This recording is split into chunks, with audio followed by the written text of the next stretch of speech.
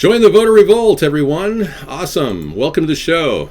And welcome to our 9/11 special, where we're going to be featuring a fantastic series of videos that you may have never seen that will talk about the 9/11 attack from various angles. You'll begin to believe that a missile hit the Pentagon. You'll wonder why the FBI only revealed 15 frames of one angle and witnesses on the ground are all dead. You'll find out why these stories continue to propagate in the media, the blogosphere, I should say, because the mainstream media has shut down all information sharing when it comes to the 9/11 event. Even today, it's all doctored up and, the terrorists and Osama bin Laden did it. There's no evidence Osama bin Laden did anything. He never even admitted to it in his video that he revealed it. It came out that the interpreter falsely interpreted Osama bin Laden. He was merely congratulating the people that did do this event, which is very interesting. The 9/11 attack itself needs to be investigated. I think the commission report should have an open investigation by a credible source, and I'm going to ask for that when I become president, and we'll get that started right away. But we don't have enough information, and we need more.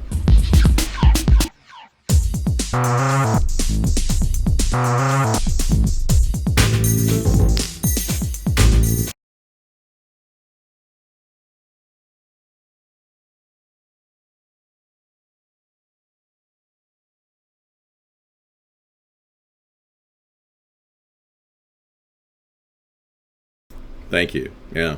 Sometimes when the sound gets off during that time, I'm trying to avoid echo. So sometimes I turn my microphone off. Yeah. Thanks for sharing. That's why you're here, to remind me that my microphone is off. You never lost sound? That's amazing.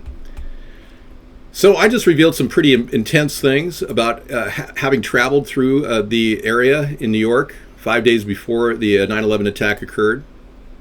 Having seen a person who resembles Muhammad Atta in a small library on a terminal writing an email in Yahoo. That's all I saw. And I turned to Sarah and I said, Sarah, this guy does not belong here.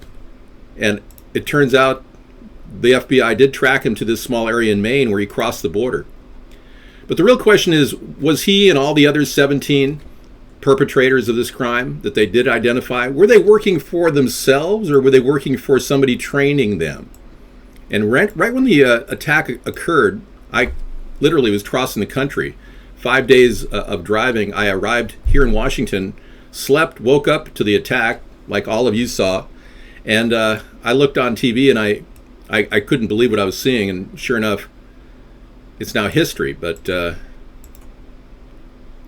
so many questions came up at the time that I said, well, if something so choreographed like this was done, it would have had to have been done by Mossad. The only people that could have choreographed such an amazing series of events, timed it, and pulled it off. Because, of course, victory at Entebbe was a time when the Mossad had polished their skills at attack, and to claim that it was Mossad was just absurd. I said, why would Israel do this? Well, then you look deeper at the problem and you realize that certain things happened. One day before 9/11 attack occurred, Donald Rumsfeld, the Secretary of Defense at the time, he announced to the world that the Pentagon had lost $2.3 trillion. One day before the 9/11 attack. So $2.3 trillion is up in the air. How did that happen? You know, there's so many questions that just don't make sense. Here's Donald Rumsfeld's quote from a video clip of the time. Pentagon, the day before 9/11, Secretary of Defense Donald Rumsfeld declared war, not on foreign terrorists. The adversary is closer to home. It's the Pentagon bureaucracy. He said money wasted by the military poses a serious threat. In fact, it could be said that it's a matter of life and death. Rumsfeld promised change, but the next day, the world changed. And in the rush to fund the war on terrorism, the war on waste seems to have been forgotten. My '03 budget calls for more than $48 billion in new defense spending. More money for the Pentagon when its own auditors admit the military cannot account for 25% of what it already spends. According to some estimates, we cannot track $2.3 trillion in transactions. 2.3 trillion with Wow. So there you have it. $2.3 trillion missing. Cookie says, David, it happened. I was teaching at a school right near the World Trade Center on 9/11, and I'm on the World Health Registry. Plus, I lived near there, and the smell of burning steel was intense. Wow. Thank you, Cookie. Wow. Well, we have a lot of concerns. It turns out that the lead that the FBI got that led them within a couple days to the terrorists that allegedly attacked them. I say allegedly because I still don't believe they were solely working on their own. The lead came from a passport that was sitting at the bottom of all of the dirt and rubble and all of the devastation and all of everything. It was sitting up right there on the ground, a perfectly mint passport from one of the terrorists. It's almost as if somebody said it there. So it's like here's the pathway to blame the terrorists, and voila, in 2 days they find the terrorists. It took Flight 800 years to find out exactly what happened, and to this day we don't know what happened. Or the Lockerbie flight, it took 2 years to find out the perpetrators there, but 9/11, they found it out in 2 days. Isn't that amazing? That's not true, Nee. Bag End Audio says one word on the collapse of the towers: thermite. Thank you. Thermite. Yeah, and that's the telltale sign right there. I mean, when the attack occurred, someone was smart enough to grab samples of the dust and send them to Rutgers University, where they did a battery of tests on those dust samples, and sure enough, they had super thermite in them, which indicates that it definitely was a demolition. And the fact that the 9/11 Commission report didn't account for any demolitions, no explosions, no testimonies from all kinds of eyewitnesses, many of which are now dead, means that the cover-up was right there. The 9/11 Commission report covered up a key element leading to a potential demolition of those buildings. Sightings of explosions. So I can bring you pictures tonight that'll show you explosions. I can bring you pictures that'll show you CGI images of planes flying into buildings. I can show you how the Israeli Mossad had a group of people outside taking pictures before they even know it was going to happen. They were out there taking video pictures right before it happened, and they were jumping up in elation when it was happening. Yeah, and no one's ever looked at the Mossad as a potential source of the problem. Dave, the American people are nothing if not good at following the crumb trail. Well, good. Well, we're laying the crumbs out, and we're hoping they'll follow it. I'm going to give you all kinds of bizarre things. I've got a run of mysterious deaths that happened. Yeah, I have, and this is Deborah Palfrey. And not to be concerned, I have no intention of letting anyone buy me off or make any kind of a deal with me. And you're not planning to commit suicide. And I'm not planning to commit suicide either. This was the madam that Visible really protects you going on Larry King and other big shows, but you want to put it on record that you're not planning to commit suicide? No, I'm not planning to commit suicide. I'm planning to go into court on April 7th if indeed we do have the trial, and I plan on defending myself vigorously, and I plan on exposing the government in ways that, I do not think they want me to expose them.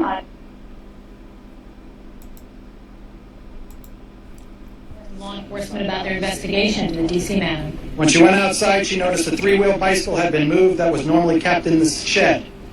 Upon entering the shed located on the west side of the residence, Blanche Palfrey discovered her daughter Deborah had apparently hung herself using a nylon rope from a metal beam on the ceiling of the shed. She then called 911.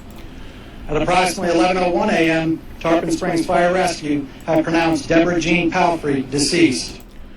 Well, apparently they murdered her, and that's the telltale sign of murder when that happens. And it's interesting how Alex Jones led her twice into the statement that she would not commit suicide. It's almost like he knew something.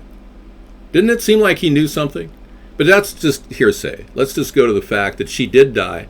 She said she would never commit suicide, and clearly she was going to spill the beans on all kinds of Washington officials that had secretly known stories that they did not want anyone else to know. Yeah. So Deborah Palfrey is the quintessential witness, but there's 12 to 15 other witnesses that were critical. One guy was down on the ground and saw everything that happened in front of the Pentagon. And he died right away. The only clear witness of the attack that they got, and this is all we got, the 15 frames from the FBI. This is all we have from them. Showing like a white streak right there.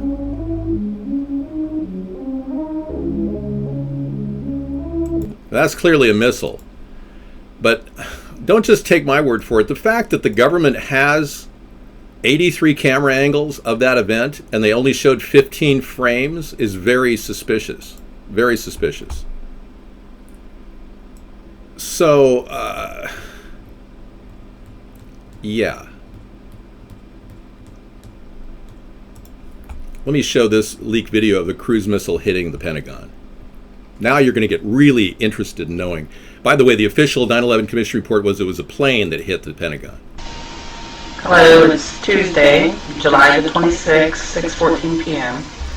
Just got this video. I'm sure many have seen this, but I've never seen the captions right here of these little explosions. I circled them that clearly point out there's no huge jet flying into the Pentagon, and wow. Right there. I mean, come on, that is not a jet flying into it. Okay, you are seeing a very rare picture. I pulled this off the internet before they pulled it off, but that's about the only picture we've ever seen. You're about to give me that link? Good, thank you. You can clearly see it's a missile. That's the photo that was not released to the public and that somebody had, and it's clearly a missile. There it is, yeah. Okay, what do you think of the Naval Exocet missile launched off the coast of Florida? I didn't know about it. This is the first I've heard about it, Bag End Audio. Thank you for telling me. I was unaware of it. Yeah, it killed a lot of people. There were 127 people in the Pentagon where that missile hit, and they were all part of the Office of Naval Intelligence. And it's ironic that they were investigating George H.W. Bush at the time. Remember that $240 billion that I told you he pulled out as a bond issue? He pulled it out September 11th, 1991, when we were building up a lot of financial attacks on Russia. And apparently they used it to take down the Soviet Union. And that $240 billion was due. The 10-year bond issue was due plus interest. And it was due on September 11th, 2001. And the Office of Naval Intelligence were investigating it. So the hit was designed to kill all those people that were investigating this bond issue. The SEC moved their offices from New York City to a remote emergency location 2 days before 9/11. Now, if that doesn't indicate to you advanced knowledge, I don't know what does. The Pentagon did get hit. It got hit, you see it right there in the picture. That's a missile hitting the Pentagon.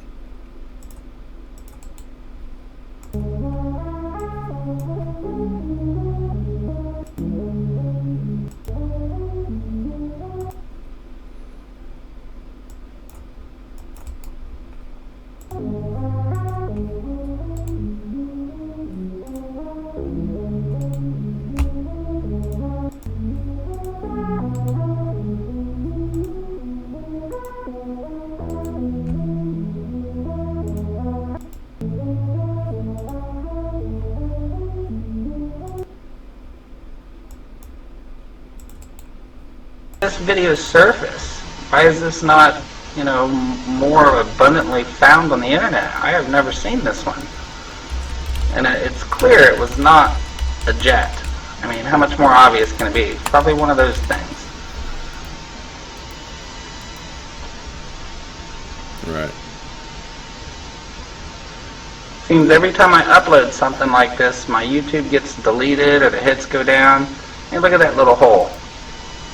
Okay, now, yeah, exactly. No way a jet fit in there. Where's the wings? Where's the... Yeah, where are the wings? Exactly. Well, not everything is a conspiracy. The fact that my face is stuck is not a conspiracy. It's just me actually moving my head. Sometimes I pause my head and Get closer. And then let it go. Okay. So where are the places where the burn marks of the plane? Does anybody know? I mean, you'd expect to see something there. This is very rare footage, by the way. I thought I'd show it to you. Yeah, you'd expect to see something like this if there was a plane that entered, you know, not a round, cylindrical, no touch on the outside. I mean, I would expect to see markings of black all around, you know. I'd expect to see this area over here and this area over here completely covered with, you know, soot and damage, but no. So it's clearly obvious that a missile hit this. There's no wing marks. So, I mean, this is a no-brainer, folks. It doesn't take a lot of intelligence to just cipher through all this and decide that there is a cover-up here. I'm not the president yet. You have to actually elect me. Now, the video is not a hoax. A lot of you are going to sit there and deny everything. You're living in a state of denial. It's one of the 7 stages of grief. Many of you are bargaining at this point, saying, well, if I believe this, then what if I believe other things? Then maybe I'll think everything is a conspiracy and everyone will call me a whack job. So you're saying, well, gee, I better not think this is a conspiracy because then I won't be called a whack job. You're too concerned about being called a whack job to even admit the truth because you can't handle the truth. But thanks for coming in. David, the one thing I know for sure happened is the deaths. That's right, Carl. So true. Little Rascal actor Dickie Moore has passed away. Beekman brought this information to us, folks. Dickie Moore, famous in the Little Rascals. Many of you guys didn't even grow up with this in your life, but I did.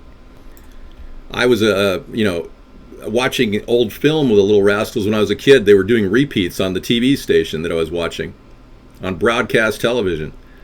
But yeah, poor Dickie has passed away. Sorry to hear that. My condolences go to his family. And Little Rascals don't die, they just fade away.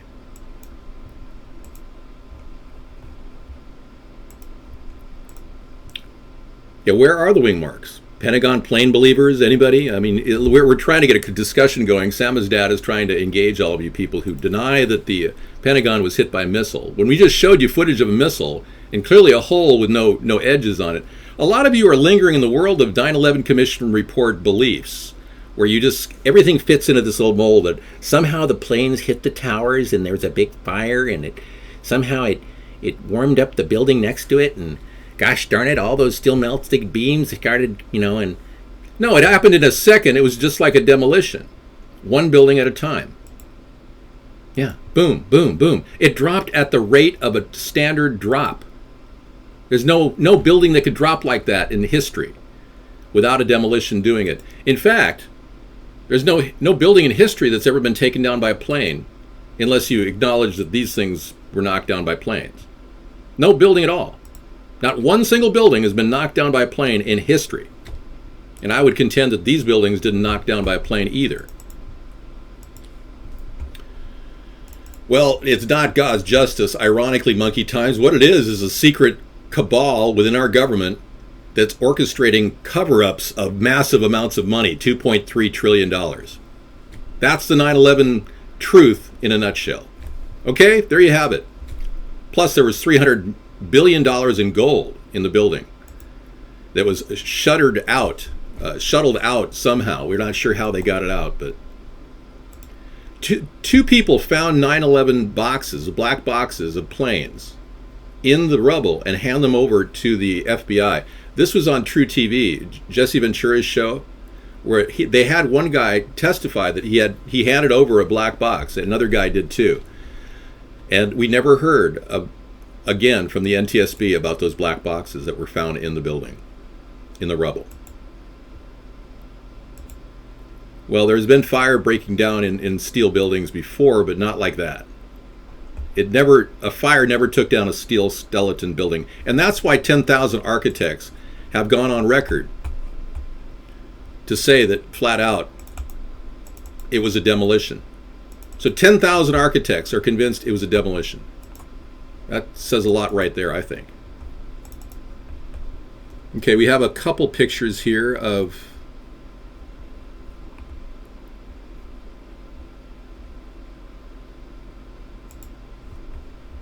Listen to this. This is, I think, Larry Silverstein. Let me see. Who knew? Some people appear to have known the imminent future on that fateful day. Yeah. FEMA had arrived in New York on Monday night, ready for a bioterror drill. Spokesman Tom Kenny to Dan Rather. To be honest with you, we arrived on late Monday night and went into action on Tuesday morning. And not until today did we get a full opportunity to work the entire site other than the spot at Church and Day to which we were deployed. And Rudy Giuliani, mayor of New York, tells ABC's Peter Jennings that he was aware the towers would be coming down. What is going on now is a massive rescue effort. Do you believe it's hundreds or thousands? I really don't want to say right now, Peter. I think it's going to be a horrible number. I saw people jumping out of the World Trade Center. I saw some of the firefighters who I know going into the building. And we were in a building in which we were trapped for about 10-15 minutes. And we set up a headquarters at 75 Barclay Street, which was right there with the police commissioner, the fire commissioner, the head of emergency management. And we were operating out of there when we were told that the World Trade Center was going to collapse. The World Trade Center was going to collapse. Okay, let's freeze frame right there. Rudy Giuliani did not in any way prepare anybody for this event. Anybody who was in the rubble, most of them didn't have any masks, and preparation like this would have been an essential. A good mayor would have given out masks like this 3M N95 mask, one of the best masks on the market. That would have prevented 50,000 people right now who are suffering from respiratory illnesses. And the Zadroga bill gave out $7 billion to New York, in which they're using to finance the growth of this city. Using that money to replenish the respiratory support for those people. So instead of solving the life-threatening problem that all the people had cleaning up the mess, this guy ignored it and ignored the reality that they needed to wear a mask. I mean, that's like mayorship 101. He failed. He failed miserably, and he should be ashamed of himself for not giving masks out to all the workers. I have 500 of those masks, or ones like it, in my closet. Had I been there, I would have handed them out. I would have said, here, take them. Saved lives. Now, one of the things that happened during this time, and I'll get to this video a little bit later, Dick Cheney was on the phone with General Worley during the attack.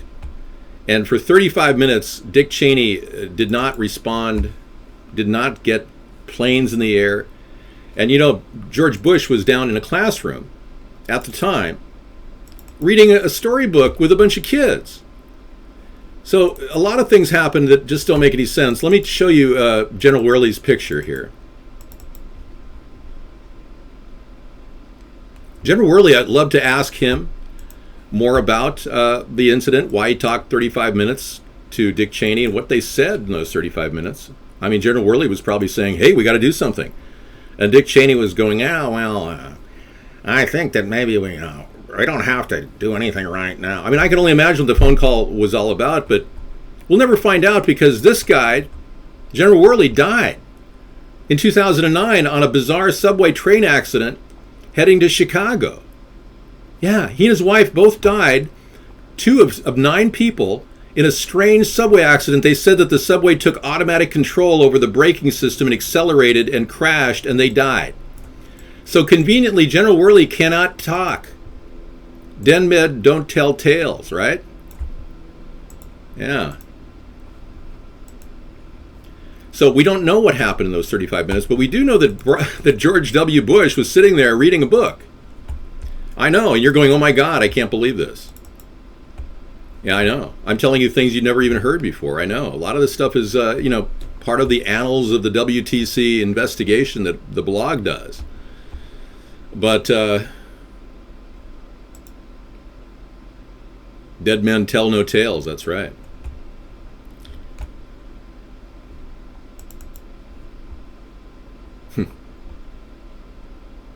For those of you who believe that a plane can hit a building and take it down, I'm going to show you what a Pentagon test proves a crash test against concrete, much like the concrete that's put into steel buildings.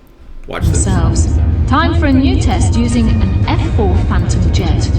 The US government wanted to test what would happen if a plane crashed into the concrete walls of a nuclear power station. The jet sets off, bolted to a track to prevent takeoff. It's doing 500 miles an hour.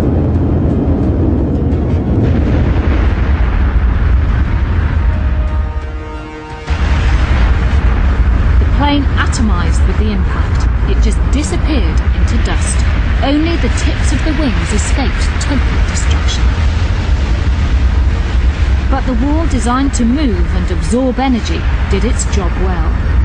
When dealing with nuclear material, no test can ever be too drastic.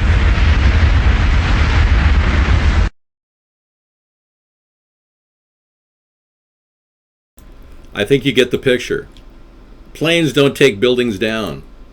Somebody said Obama is going to live his life. He's the upper echelon of the Illuminati, and he's going to go write 3 best-selling books, become a keynote speaker, and go on to make millions. Wow. I tend to think that Obama is going to be prosecuted and will serve his last days in jail. Yeah. Call me an idealist, but don't call me late for dinner. We're not talking with a lisp. No. Why are you talking with a lisp? Yeah, thank you. Empire State Building crash. Oh, yeah. Yeah, it didn't take down the building. US B-25 hit it July 28th, 1945. A day that will live in infamy. This B-25 crashed into the side of the most incredible building in New York's history, the New York State Empire State Building. Yeah. See, there you have it. Even that didn't take down the Empire State Building. It's still standing. Okay. This is orange. This is an orange. If you were told it was something else, you wouldn't believe it, would you? This is called visual identification based on experience. This is an orange. Okay. This building is about to be destroyed in what is called a controlled demolition. Buildings do not do this spontaneously. No, they don't. Here is another example of a controlled demolition. There is another one, yeah. The initial charges are spaced about 1 second apart. Ah, different angle. And you can see that each section begins falling separately. Successful demolitions require that all structural support columns collapse at virtually the same time. If they don't, or if something else goes wrong, the result will look something like this. This is World Trade Center 7 just before it collapsed on September the 11th, 2001. It had not been hit by an aircraft. It had been damaged by falling debris and fire. But by 5:20 p.m. most of the fires had been extinguished. Although the building was 47 stories high, it doesn't fall sideways, nor collapse unevenly. No. For this to have happened, all of the building's vertical supports must have given way at almost exactly the same time. Exactly Yet the same time. the Federal Emergency Management Agency reported that the collapse was due primarily to fire. But what does it look like to you?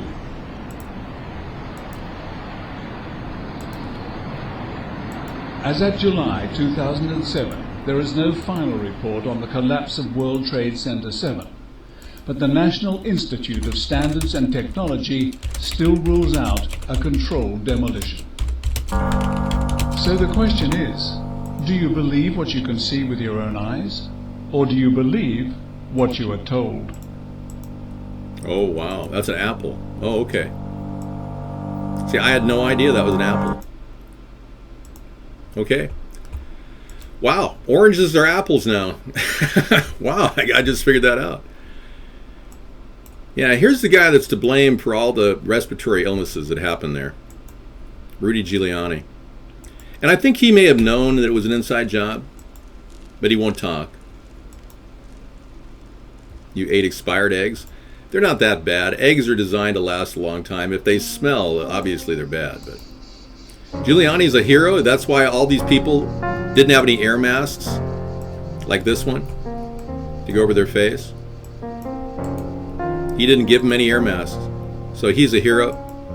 What kind of a hero mayor doesn't even give air masks to his own people? Here, I'll put it over my mouth in memory. 18 minutes later, television viewers across the country watch in astonishment as a jetliner flies right into the second Trade Center tower. See, I can breathe better with this air mask. All right, I've got a picture that is going to blow you away. You ready for this one? This is all about bringing the truth to you in video, because there's so many records of... See, I'm safer when I'm breathing through this mask, for sure. It's gonna collapse. It's gonna collapse.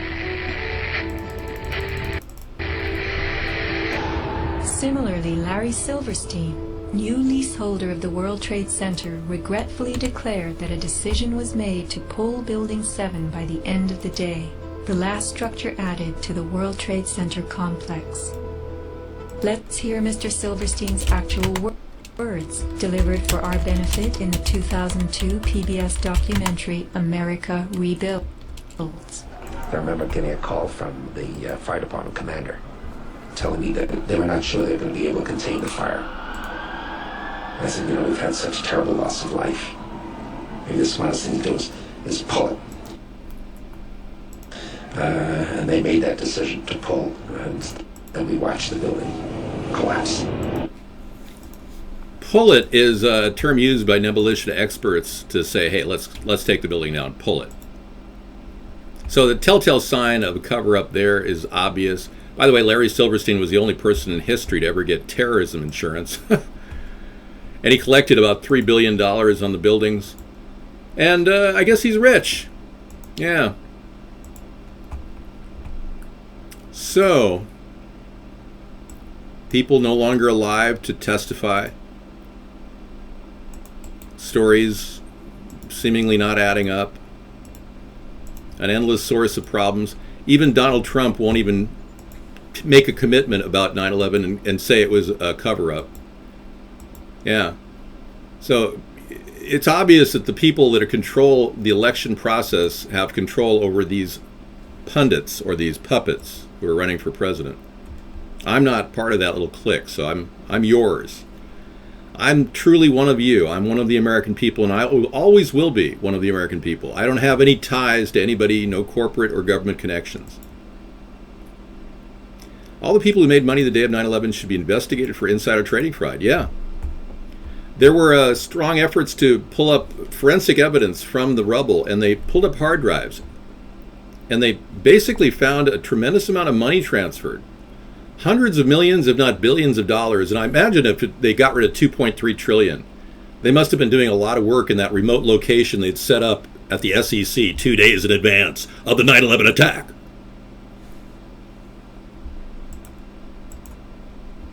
All right. Let's see what the stock market did today on 9/11. Yeah, but even 11,000 gallons usually spills out the outside and blows up outside the building. It ignited, and you saw the flame of whatever tank there was. I'm going to show you a picture that was from the 9/11 attack video that they pulled off of the main broadcast channels. That'll really make you think twice in just a second. Crane collapse in Mecca, folks. A major mosque killing or death.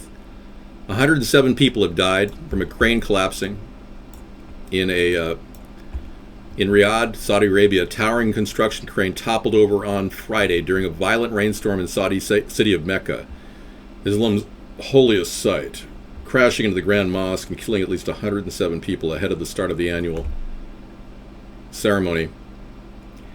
Wow, that's pretty sad. Loss of life is very sad. Rick Perry is suspending his presidential bid with no regrets. Yeah, that wasn't much of a bid. Man, if I gave up like that, I wouldn't even consider myself running. David, what's in it for you as an American to think we attacked ourselves? Clarity, truth, honesty, something our country doesn't have any of. We don't have any clear direction in our foreign policy. Our economic policy is fickle. acknowledgement of a disturbing element within our government that may have perpetrated this deed, a cleaning of house needed in order to move forward. While we see gold continue to drop, it's interesting.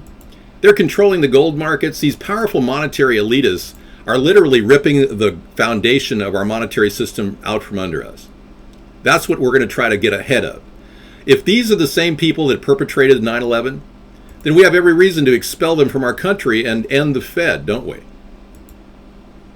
And the people in the Pentagon who are part of that secret cabal, if you will find out who they are with lie detection. We need a cleaning of house, folks. We need a reconciliation. Our nation needs to move on. We haven't even dealt with the tragedy of Vietnam and changed our policy. I'm serious. You guys, a lot of you are on autopilot mode, and you're going, well, I guess I'll just go to work and forget about it. But in reality, slowly, this inflation rate is a tax, a hidden tax on your money in your pocket. And all your 401ks are vulnerable. And if we don't come to reconciliation with what's really going on inside Wall Street will eat us alive, take us down. We'll never have any ability to be invincible to the vagaries of world economic failure and global economic collapse. We need to get a stronger nation back. That's what we need. That's the only way. And building jobs is part of that component. So coming to reality is very much reckoning for America. All right, so I'm not going to let social stigma hold me back from investigating an obvious demolition of the World Trade Center and the Building 7. I'm not going to waste my time and your time just hedging around the bush there. Let's look at what Bush was doing, speaking of Bushes, during the 9/11 attack, and how he didn't even bother interrupting the classroom ritual. Get ready to read all these words on this page without making a mistake. Look at the letter at the end and remember the sound it makes. Get ready. Kite. Yes, kite. Get ready to read this word the fast way. Get ready. Kid. Yes, kid. Sound it out. Get ready. Kid. Sound it out. Get ready. Kid. What word? Kid. Yes, kid. Boys and girls, sound this word out. Get ready. Seal. What word? Seal. Yes, steel. Read these words the fast way. Get ready. Play. Yes, playing. Get ready. Must. Yes, must. Let's read these words the fast way without making a mistake. Get ready. Kite. Yes, kite. Get ready. Kit. Yes, kit. Get ready. Steal. Yes, steal. Get ready. Play. Yes, playing. Get ready. Must. Yes, must. Boys and girls, pick your reader up from under your seat. Open your book up to lesson 60 on page 153. Excuse me, America's under attack. At the count of 3, everyone should be on page 153. If the yellow paper is going to bother you, drop it. Thank you.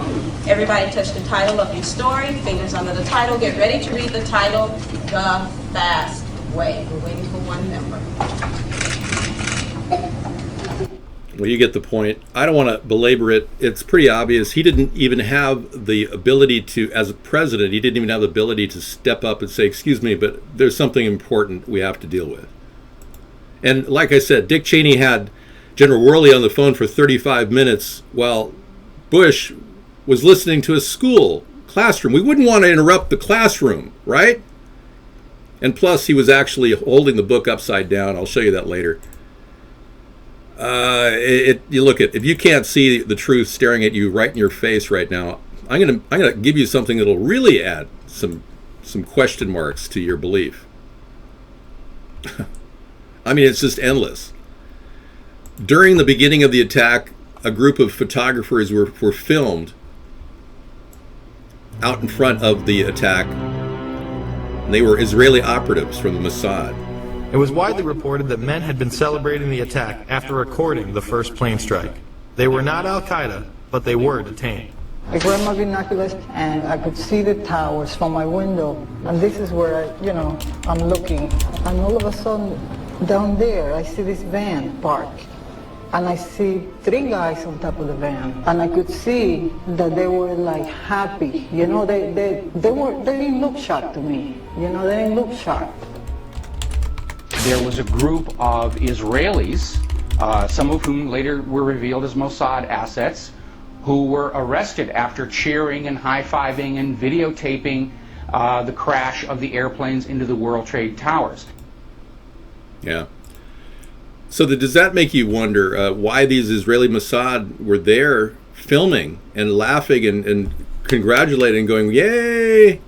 Does that even make you wonder? Apparently there are some things that just don't make any people wonder. Beekman, we're going to remove you from the show. And I think the real question is here, do you want honesty in your president or do you want a scumbag in your president? Because Beekman wants a scumbag. And he just lost his status in the show permanently. And he was coming back and he doesn't understand why he's banned and he's pissed off now. He's going to have to figure out how to make a new name, because I'm not going to stand here and listen to somebody mouth off about my race for the presidency, my effort to gain truth and understanding of a secret internal problem we are having in our government. And you have the audacity to say that I shouldn't run because of the truth that I'm revealing right now in front of your very eyes. Well, you can leave too. Thank you. How do we know Beekman isn't working for the Mossad, for that matter? Yeah. Whew. And I was getting ready to play my best video of all. It's just so funny. But yeah, I don't have any time for people like that. And I only allowed him into the show because, you know, he was an old viewer a long time ago, but he doesn't belong here. I'm going to show you something that's really interesting. Watch this. Take a look at this rare, super slow motion video of Flight 175 that hit the South World Trade Center tower on 9/11/2001. Take a really close look, because there are two impossibilities I'm going to show you here. This video was allegedly shot by Michael Herzakani, a diamond merchant based in Los Angeles, California. The first impossibility is a real airplane couldn't have sliced through a building with a steel facade with reinforced concrete flooring and 47 steel support beams. A jet's wing can't slice through a steel building like a hot knife through butter. But that's the story the news media wants us to believe, and most people are still believing this hoax. But the second impossibility is in plain sight. In fact, I can't believe it took me over 12 years to see. Let me show you a still of this video. Watch this. I've highlighted a building that's clearly behind the South World Trade Center tower. Yet when we pay close attention to the video... Look at that. It's plane. How can a plane go behind a building before it hits a building that's ahead of it? It's impossible. Look at this. Yet when we pay close attention, I'll get to that in a video, second, Cookie. Look Flight at that. 175's wing should It's appear clearly in front of the CGI. building, Clearly. not behind. Look at that. This is Isn't a that layering amazing? CGI glitch. It's digital This film. proves That's that right. this It was video, fed to the which broadcast was seen all stations over to the play world for the American people to watch. And over and over again. Yep. Somebody messed year up in after Photoshop. year, is a CGI rendering. Yep. Thus, it's not an amateur witness video. It's a fake. And this is one of many, many faked videos put out by the news media. Okay. I've turned on the sharing option for this video. And the so you footage didn't have come my out till 2 permission hours later, to really? copy and Okay. paste it onto your Blogger website. And I'm putting the finishing touches on my own video, showing how just about everything about 9/11 is faked. Just like this Flight 175 video. If you'd like to be the first to find out about this when I release it, click on the link to be alerted. Yeah. Okay, I will. I'd love to. Thank you. Okay, this van was taking pictures. Mossad was there. They knew in advance what was going to happen. I mean, how can you not believe that there's some sort of a problem, an internal problem within our government? Every single nation in the history of nations have had corruption problems. Why would our country be any different? I mean, some of you think that everyone in government is not to be trusted. In fact, 90% of you don't trust your government officials. But when asked about a conspiracy of such massive proportion as a cover-up of a demolition of 3 buildings, oh, we would never have anyone corrupt in our country. We were, we're innocent. The whole country's innocent. Come on. You've got so much corruption in our government because our nation is the richest nation in the world, and there's so many people vying for power in our country. It's disgusting. Heck, McAfee just decided he was running for president. I guess he's not making enough money in antivirus software. I mean, seriously. Everyone wants to be a president now. Apparently, everyone's running out of money, and they need money. My hair is not CGI. That's ridiculous. All right, great. Maybe you should get Geico. This isn't a Geico commercial. Okay, this is the deal. Noble Watchman says the patriots of America have delayed the total conquest. Despite the daily destruction of our freedoms and liberties, their plans have been derailed. The delay has angered them. You're right, Noble Watchman. The Oath Keepers, all the men in our law enforcement that are standing up for the oath, the office, all people, both external and internal, who are enemies of our government will be dealt with. These Oath Keepers are standing in the way of a totalitarian takeover of our nation. And thank goodness for people like the Minutemen, who gather at the border to try to alert authorities to this immigration threat that's clearly a problem in our nation, and we need to tackle that problem too. You know, people on the ground that witnessed the planes crashing into the towers, Fly Girl, there were just a few that actually got on TV. Believe it or not. There were only a few, and they claimed that, you know, the planes hit the tower, and when I've heard scripts of them reading, they literally sound like they're reading off a script. So I would love to give you that video right now, but I don't have it all on cue. But that CGI that you just saw is very, very telling. All right, now I'm going to show you a picture of a guy who was at the scene of the 93, Flight 93, when it hit ground. And he literally, and this video has been banned from CNN, by the way, he literally said there were no people there. On fire. Here he is. Some small fires in the woods, just small brush fires. You know, the ground smoking, debris everywhere, pieces of metal, paper, insulation, wiring. And I just looked around and no people, you know, and I'm thinking, where are the people? Well, those people. Where have all the people gone on Flight 93? Yeah, I mean, that guy was there, and you've seen the pictures of that crash. It's just a bunch of rubble. There's no people in that crash. Very strange indeed. Where have all the people gone? Long time ago. So we've got lots of videos to play. The 9/11 hijacked passports were issued by the CIA, according to this man.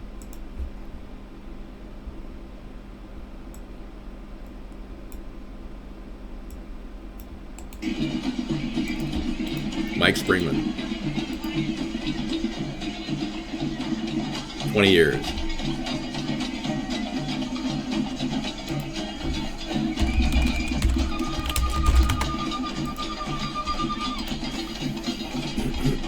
A little tribal there. To be in charge of the visa section at the CIA's consulate at Jeddah, principal city of the Hejaz in western Saudi Arabia. There, for a year and a half, I issued visas to terrorists recruited by the CIA and its asset, Osama bin Laden. At the time, I thought it was basically visa fraud. Somebody was paying $2,500 bribes to State Department officials. I was ordered by these same high State Department officials to issue the visas, to shut up, to do my job, and ask no questions. And this wasn't simply a difference of opinion, as was alleged later on. It wasn't one of these things where they wanted to visit their father in America, there was a question of where they worked, that sort of thing. It was basically, two Pakistanis came to me one day and said, "We want to go to a trade show in America." And I asked, "What's the trade show?" They didn't know. "What city is it going to be held in?" They didn't know. And I asked a few more questions, and I said, "No, visa denied." You haven't proved to me that you're going to come to the United States, accomplish your business, and then return home. Well, a few minutes later, I had a phone call from a CIA case officer assigned to the commercial section. Issue the visas. And I said, no. He said, well, it's important they get a visa. And I said, no. And a few minutes later, he was over talking to the chief of the consular section. Reversed me, issued the visas, and these guys took off. And this was typical. I had a Sudanese who was unemployed in Saudi Arabia. He was a refugee from the Sudan. And I said, you don't get a visa. And he kept coming back, coming back, coming back.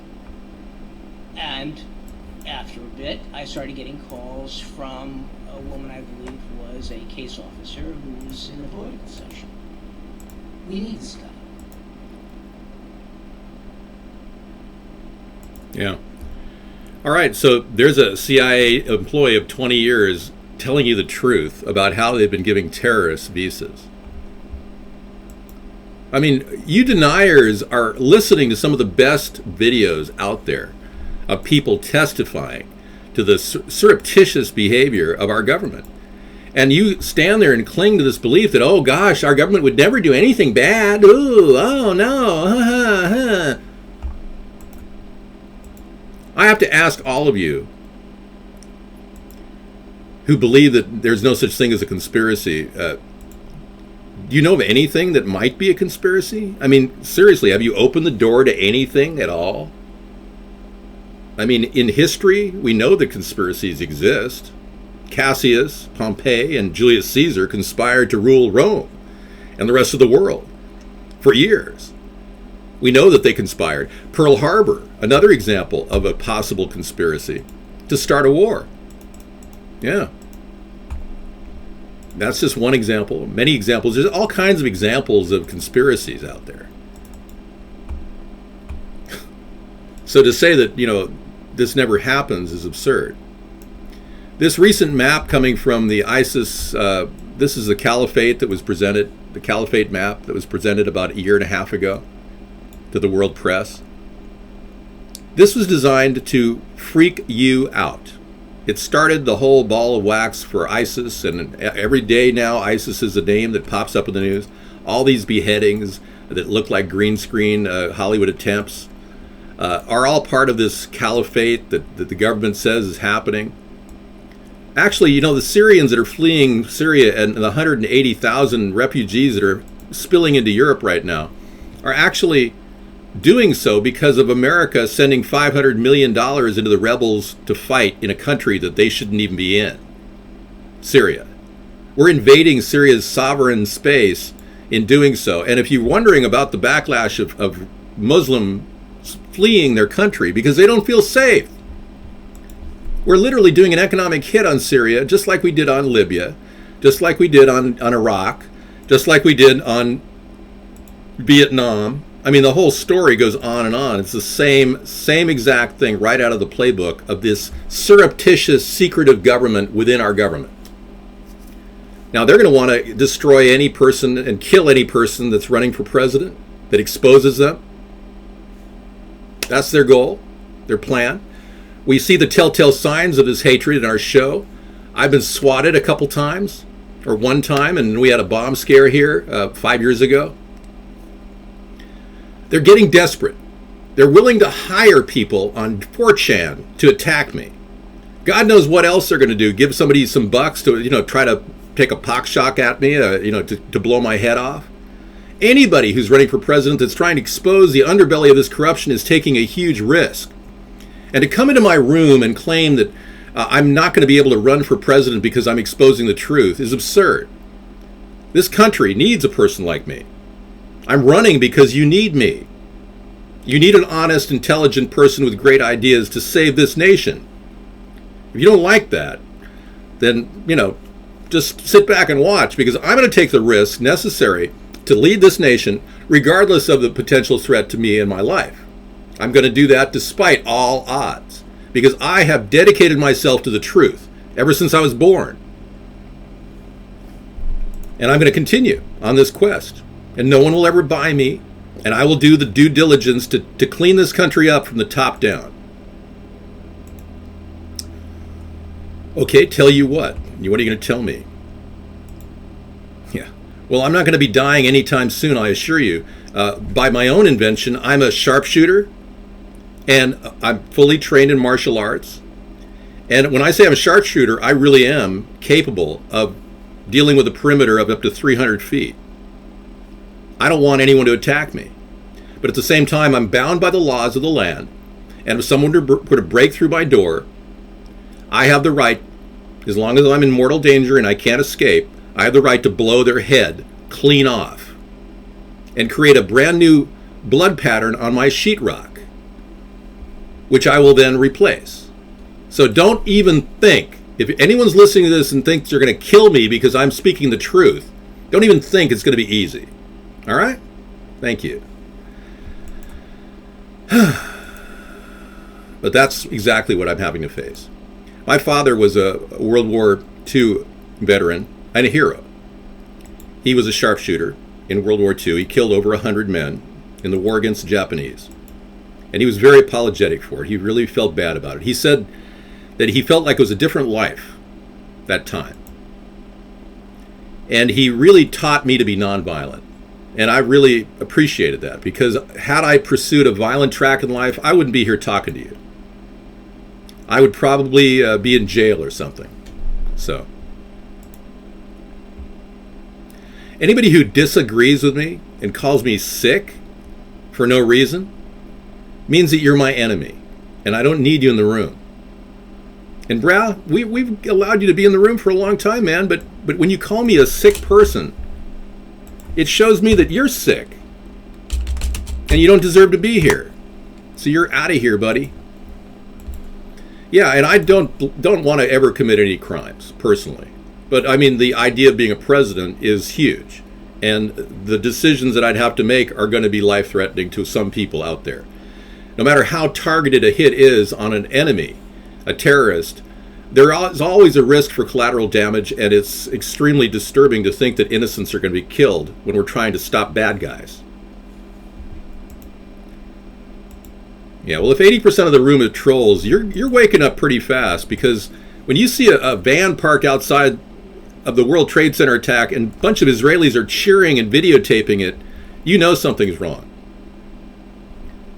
I have all of my original webcast shows in archive. Yeah, we've recorded every show we've ever done. Over almost 2,000 shows right now. Blog TV expired after 4 years, yeah, but we made copies of all the low-resolution FLV files. No, you can't see them. They're going into the archives.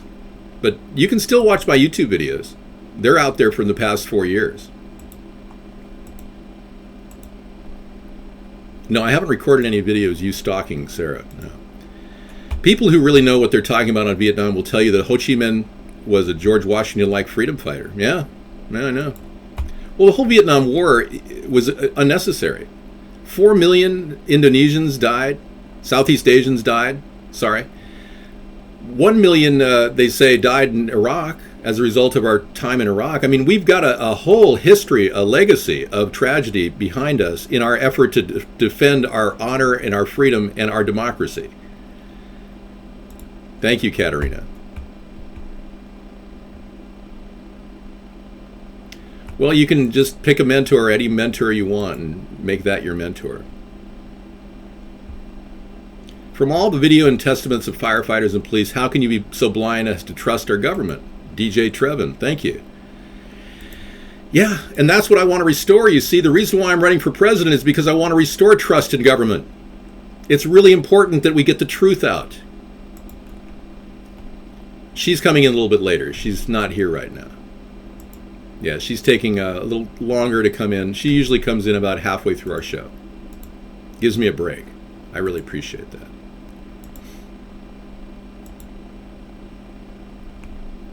Yeah, the planes were military spec. If you watch the video of the plane hitting the building earlier, you can see where the wing is lengthened, and using After Effects, yeah, from the angle shot another building, you can see the wing wasn't long enough to cross the edge of the building. Yeah, I know. Good point. Nobody dumped any chick here. I'm going to purge you.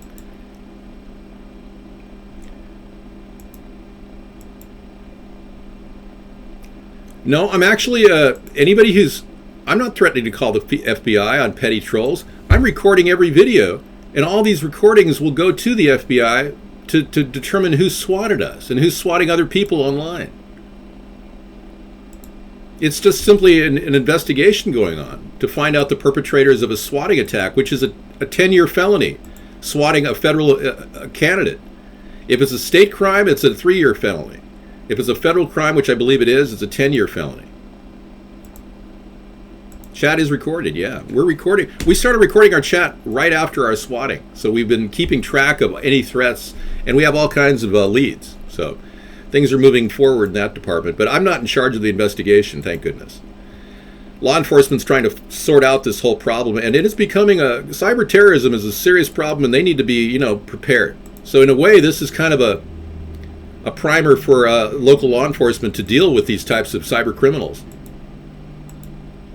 Well, it's just, recording. You can say whatever you want. It's not going to be used against you unless you're making a threat against me or Sarah. So it's cyberbullying, it's cyber terrorism, no matter how you cut it. It's cyber assaults. So let's listen in on this video, see what else is going on. Several other men were detained after a van full of explosives was stopped outside of Manhattan. Earlier, we had heard that an FBI spokesperson said that there was a report on the George Washington Bridge, which is another facility which you folks are responsible for policing, a report that there had been a van stopped there that had explosives. Asked this week about another sprawling investigation and the detention of 60 Israelis since September 11th, the Bush administration treated the questions like hot potatoes. I would just refer you to the Department of Justice with it. I'm not familiar with the report. I'm aware that some Israeli citizens have been detained. With respect to why they are being detained and the other aspects of your question, whether it's because they're in intelligence services or what they were doing, I will defer to the Department of Justice and the FBI to answer. Colin Powell, the guy who basically got us into the Iraq War, that convinced the UN that Iraq had weapons of mass destruction, even though they didn't. Colin Powell. Yes, thank you. We'll check into Skyway. I'm not threatening to report trolls to the FBI. I'm telling you that all of these tapes are being sent in to authorities if they include threats. That's all. What do you think about higher property taxes? Your value hasn't gone up, but it used to be $900, now it's $1,296. Please let me have your... Yeah, geohazards 1995. I'm against an increase in property taxes. I would like to put into my recommendation to the governors, my comprehensive plan, that every single state follow the path of California and Prop 13 and the Jarvis Amendment. And the effort to control property taxes here in Washington is similar. No more than, I would like to see 0.5% of the value of the house. And I want another revision in local politics where assessors' offices are eliminated. Now this is going to save $2 to $3 million per county per year in tax dollars. Assessors' offices are not needed. We have metrics already at sites like Realtor.com to assess a house based on square footage of the house and the square footage of the lot and the location. Voila, we've got an assessed value. It really isn't necessary for us to do that. So that, coupled with property tax reform across the board in every state, 0.5% of property value will actually lower your property taxes. Now right now your property taxes are based on a lower value of your house. If it was current market value, it'd be higher at the rate they're charging, but at 0.5%, it's going to be lower overall. And these states and counties that are wasting money literally are giving the assessor's office $2 to $3 million a year plus their cars, their little Priuses to drive around and to check up on your house. It's absurd. We need to move on. We're in the 21st century now. We've got all these computers, yet our government can't cut red tape, can't eliminate jobs. There's a serious mental gap going on in government, and that is because they don't have the brains to do this. Okay, Skyway, you're about ready to be removed from the show. You either get your act together or you're going to be banned. Okay? All right. Ask a question. Copper Dan, I don't want to talk to a bottom feeder in the stock market who's making money selling and buying. I really don't. So you're really not welcome here. If you want to talk about profiting from people's loss, then why don't you go hang out with a bunch of people at synagogue, and you can hang out and talk about, making more money, okay? Well, I'm not that into big-breasted women, if that's what you're saying, Stu Man. Yeah, I'm just not into the whole, double D cup kind of thing. Thanks for asking me. I mean, it's not that I would, if I found, a situation in my personal life where someone had large breasts, but, I don't think it's appropriate to talk about.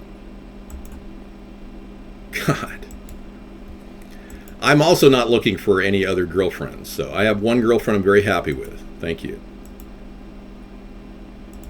Sergeant Sativa wants to know what I would do for the Native Americans.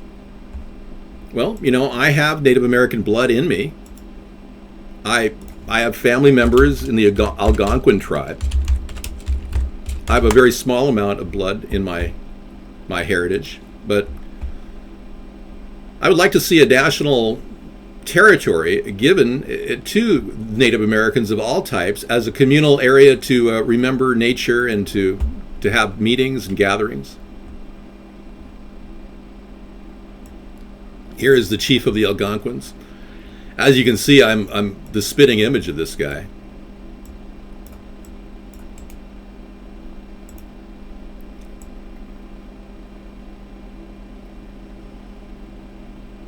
My people have been torn from our land, and you, white man, have come in and destroying our great, great land.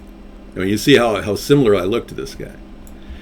But yeah, that deal is, we would love to give up some property that would be useful for Indians. And I'd like to see a treaty redefined that would involve sharing of the wealth of the casinos with all the people of the Native American tribes. I think that would be really kind of a break from what we're doing right now. Something that would be a common shared financial boom for every Native American of any background that could possibly make some more money, because obviously the money from the casinos is going in the wrong hands. There are some that are doing good work. I saw an undercover boss with Mohegan Sun's CEO and tribal leader. I thought Mohegan Sun was doing a pretty good job of sharing the wealth, but I don't know the specifics. Thank you. All right, Colin Powell, he didn't really help us out by starting the Iraq War with George W. Bush, so we're going to kind of drop out of that one. Let's move on to something more interesting. On March 6, 2002, a draft report from the DEA said it may well be an organized intelligence gathering activity. Despite all of this, all the Israelis were let go without any espionage charges being filed. Fox News anchors Britt Hume and Carl Cameron would do a 4-part investigation into these allegations in December of 2001 and yield stunning results. It has been more than 16 years since a civilian working for the Navy was charged with passing secrets to Israel. Jonathan Pollard pled guilty to conspiracy to commit espionage and is serving a life sentence. Britt Hume. All right, did you trust that man's hair? I don't know. Yeah, that was old news. Well, we're doing, hi DT Laura, we're doing a little retro thing for 9/11. The whole Bush classroom thing, we did that. We're going to go back to that in just a second and have him reading out of the book Upside Down while the Trade Center is being attacked. They're saying 4 people in total have been swatted by the same crew. Wow, unbearable, thank you. Yeah, I got a copy of the other sites that refer to swatting events. This crew of swatters are going to be under heavy investigation, and I'll refer this information on to the authorities. Thank you. They think they can get away with it, and it would really be a feather in the hat of law enforcement to put these people in jail. Ted Cruz's wife Heidi is not only the vice president of Goldman Sachs, but she also is an independent task force for the NAU, North American Union, sponsored by the Council on Foreign Relations, of which she was a member. Yeah, amazing.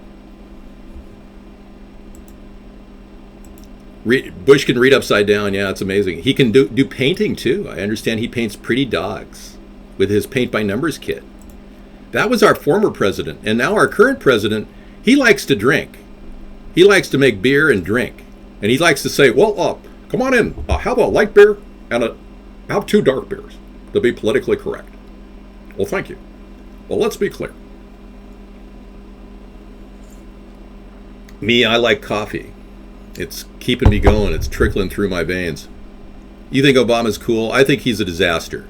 I think Obama's wasted another 8 years of our time in our country. We haven't seen any substantive change in our nation, other than higher rates for health insurance. Yeah. Well, caffeine, obviously, I'm addicted to. I mean, I have tried to come down off coffee inadvertently. I picked up a bag of coffee one day at the dollar store that didn't seem like it had any caffeine, and it may have been mismarked. I started drinking it. It is a sad day for America. Not only 9/11, but it's also Benghazi, the day that Chris Stevens died. So we'll talk a little bit about that tonight, too. Monsanto is paying internet trolls to attack activists. Oh my God. A company that'll do anything to maintain pollution and GMO products in the market that cause tumors in laboratory animals. Companies desperate to fool the public. Yeah, look at that.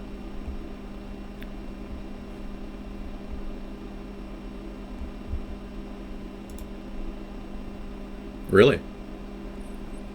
Did you know a case in the UK got thrown out because a defendant said the BBC knew about Building 7 before it even went live on TV? Yeah, I saw that clip. That's good, DJ Trevin. Yes, I can change the background to the Amazon rainforest. But instead of the Amazon rainforest, I think it'd be more appropriate to be in a POW camp. Don't you think? Something special. Yeah.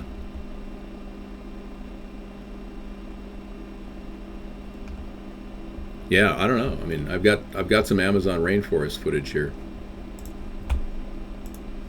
Here is the place where the people in Japan go to die. It's very peaceful there. A lot of suicides occur here. Yeah. It's about as close to an Amazon rainforest as I can get. That bamboo is killing me. Okay, yeah, Fukushima's bad too. You see how bad the problems are in the country? That if I were to go in there blindly saying, well, make no mistake about it. Let's be clear. Things are going to get a lot worse before they get better. The government's not responsible for creating jobs. Sure. Could you advance the teleprompter? You see how irrelevant I would be? Things are changing so dynamically that we need an interactive chat room at the White House or in the bamboo jungle of the POW camp, whatever. You want the bamboo changed to Guantanamo now? Okay. Would you accept riots in Egypt? Isn't it interesting to see all of this was put in motion by Barack Obama ignoring Hosni Mubarak? He called like 7 times and asked for help to deal with the quelling unrest in Egypt. And all of this resulted in over 800 people dying. Yeah. Mubarak was acquitted, not found guilty at all of killing anybody. The current president of Egypt, former General Sisi, who's now President Sisi, killed over 800 people, and he's not serving trial at all. Thank you, Barack Obama, for destabilizing another nation that was working toward democracy and now is more in a military junta state. Good job. Yeah. Triggering civil unrest in 6 going on 7 countries in the Middle East. Yeah, so how can anyone think that Obama's doing a good job? You'd have to be oblivious to reality if that's the case. Just, point of reference. Thank you. So Monsanto and others are paying internet trolls to attack activists. So maybe that's what's happening right now. Monsanto's being, behind some sort of an attack or a concerted attack in our room. You don't know. I don't know that. Could be. You never know. Oh my God, I'm getting bigger now. Yeah. I am going to do something with Gitmo. I'm going to make it prison tourism. And you'll be able to take candid pictures with some of the detainees that were there and you can ask them questions about the torture and rendition. Some of you liberals will be allowed to go into the prison and stay and zip tie yourself up in shackles to see what it feels like to be an enemy combatant. And this will help finance the military occupation in Cuba, in Guantanamo. We're never going to close that base, you know that. I've said that from the beginning. Obama didn't know that. I knew that.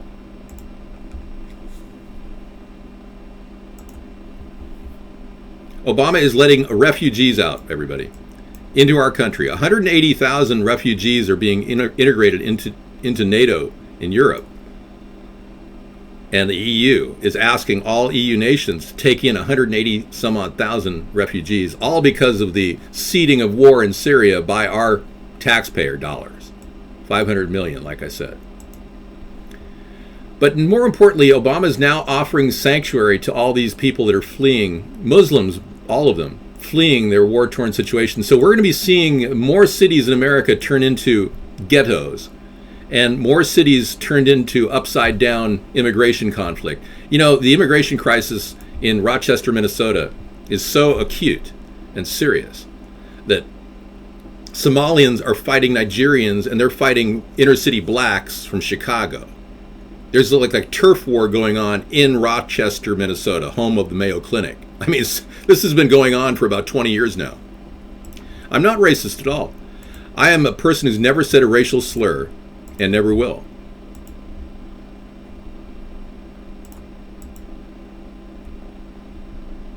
Wow.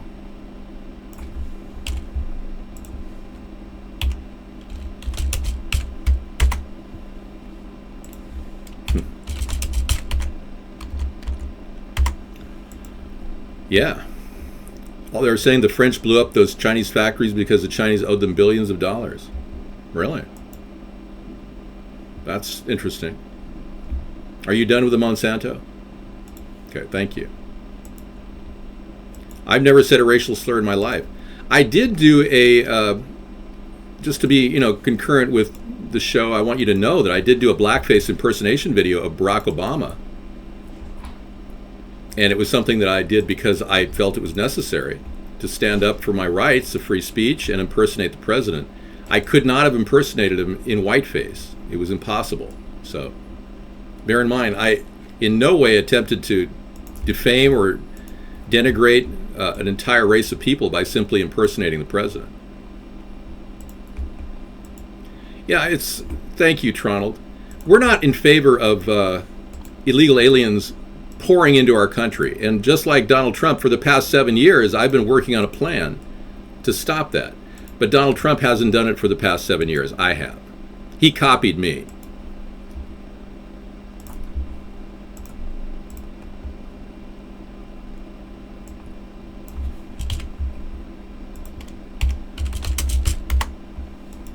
Okay, I want Geohazard 1995 to know that your IP is going to be investigated. You're already under direct watch. Yep. Yeah, your IP will be investigated. All right, good for you. Unbelievable how messed up people are that come in here thinking they can attack us,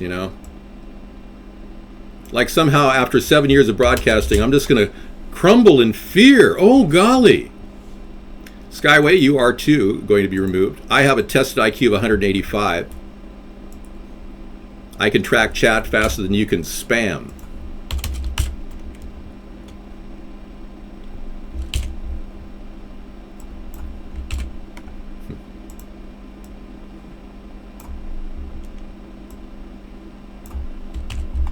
Well, it's good we're not running a guest chat. That's kind of nice. No, it doesn't end at 160. There are people with 200 IQs. There's a Chinese young man who's got a 205 IQ.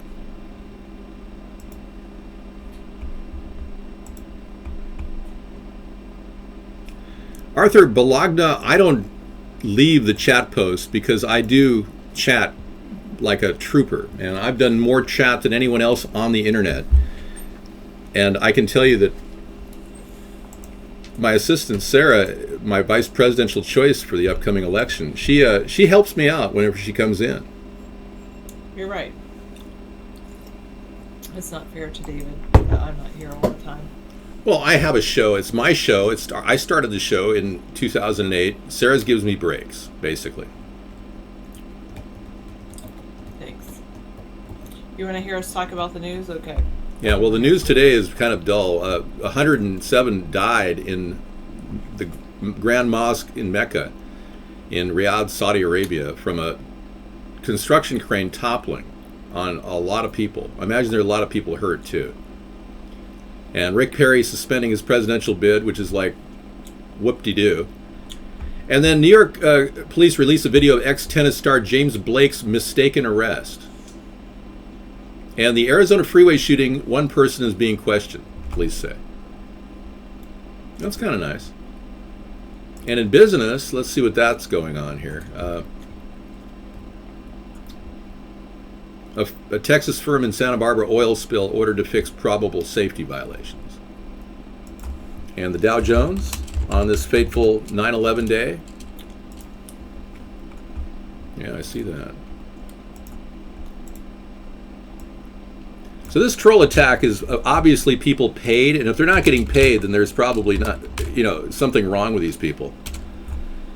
There are people paying to attack us, so bear in mind they're trying everything they can do to stop us. What do you have there, flea market?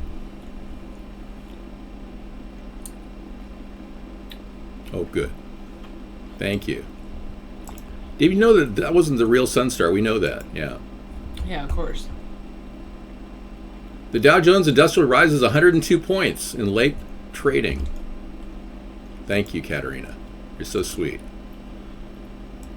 You're literally not earning a penny for this? You just want to see a different background? Well, I gave you the bamboo and you didn't like it. What do you want?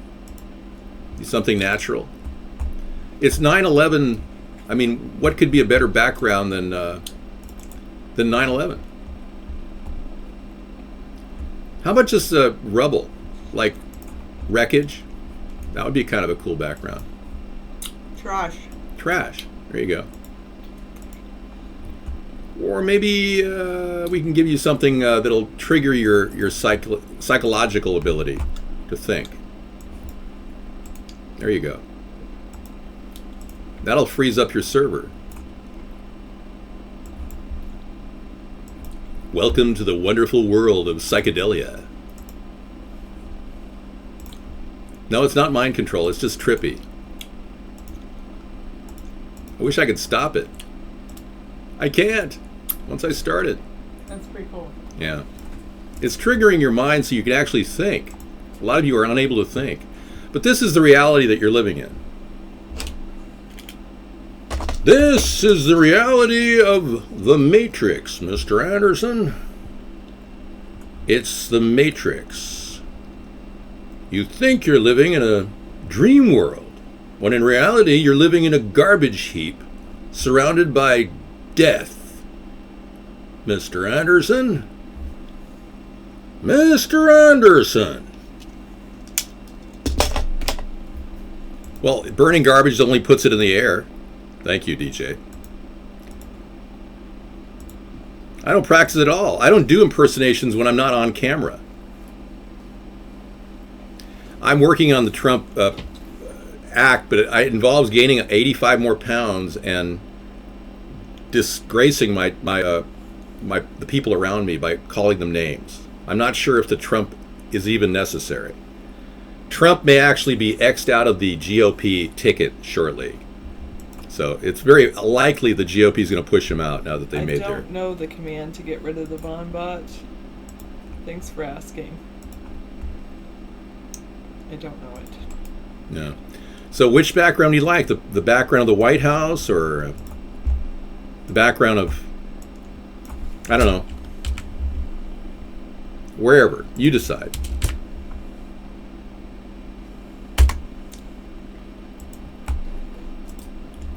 There we go.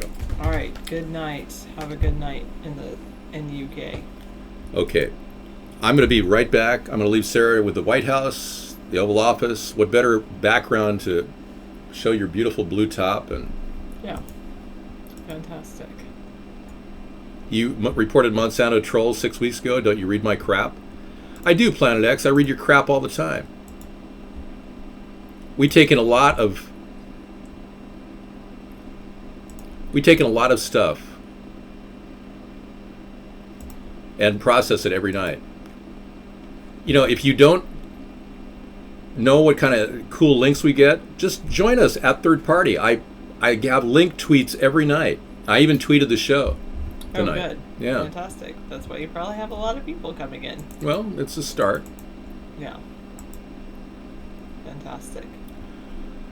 Okay, 5 things you didn't know about Donald Trump. So it was Drumpf. Yeah, his real name is Drumpf. He's not Trump. He's not from some English or Irish line. Just like John Kerry's not Irish, he's Jewish. John Kerry is actually John Cohen. Donald Trump is actually Donald Drumpf. While Donald Trump did inherit wealth from his father, he's personally responsible for accumulating a great bulk of his fortune, really. That's good to know. By borrowing money from the FEC, or from the FCC, the Federal Reserve. Don't be sad about not tweeting, Keter. For a long time, I did not tweet. I just recently, D-R-U-M-P... Drumpf, yeah. I don't know. Yeah, John Cohen is his real name. He changed it to sound Irish. And Donald Drumpf is his real name.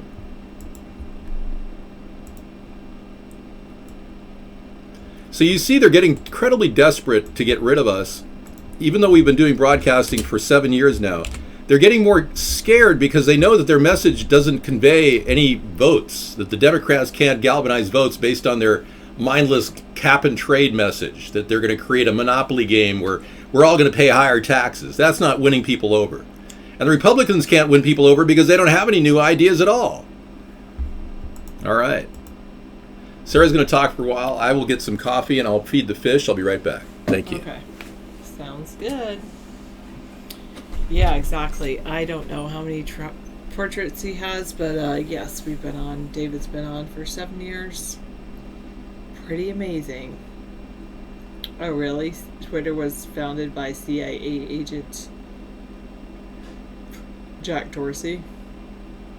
I do like Twitter for some things.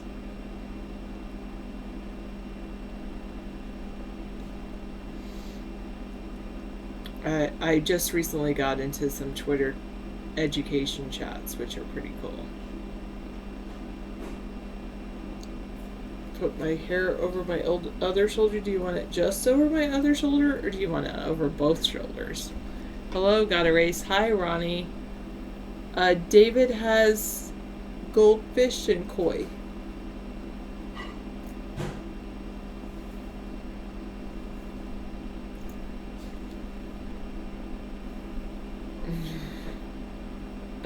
Oh, this looks like my Monica dress because it's blue, except this is not a dress, it's just a shirt. There you go. Is that better? That's better. Yeah. Are these fish being raised to eat? Eventually we might eat the fish, but it might just be nice to have some pretty cool koi. Yeah, I look like the cool, perfect, natural hippie chick that doesn't smoke pot. Exactly. Thank you, Distractia.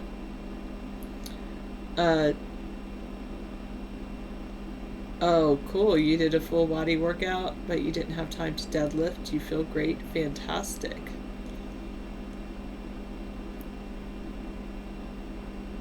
You're holding out for a lobster. Well, I won't be having lobster anytime soon.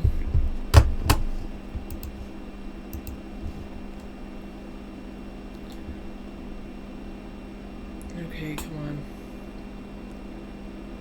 Why does the media employ all unemployment-related suicides?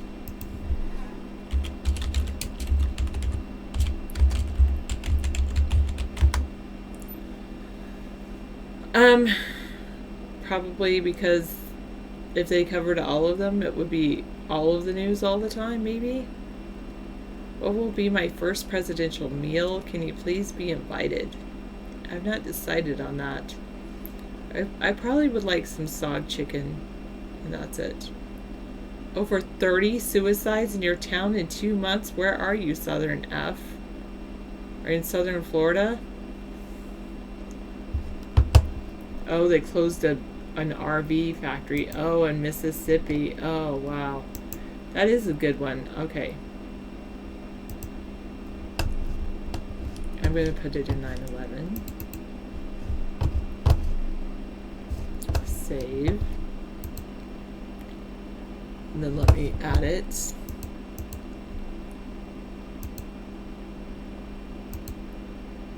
I have to go up to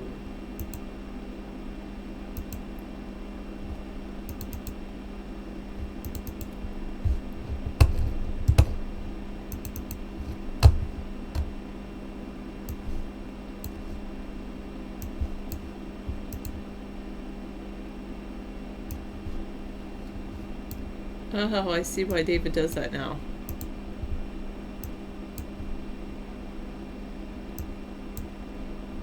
Because it's hard to get a handle on this.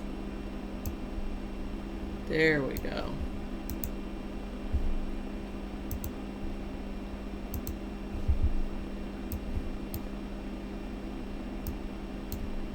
Oh, what is... There we go. Okay. And now I'll move this one up. Then I'll move it over. Alright, yeah, that's a good background. Thank you for that very much. Oh. Yeah, if I made wigs, that would be pretty interesting. But I don't make wigs. But yeah, I believe some people are desperate for work.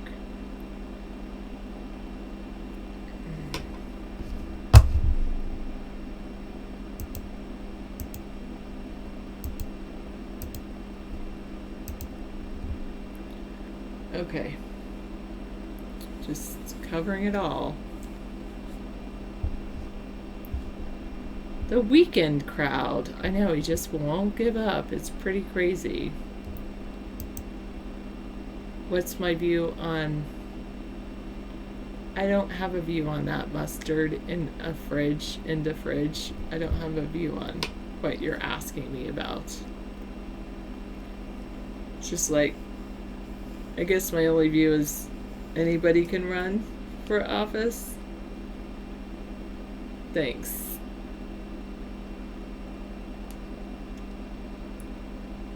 I just...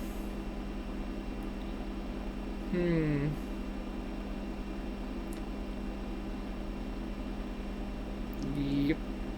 Alright, you're trying to do a project on David. Can you have access on our earliest episodes from 2008 when Blog TV faded? You can...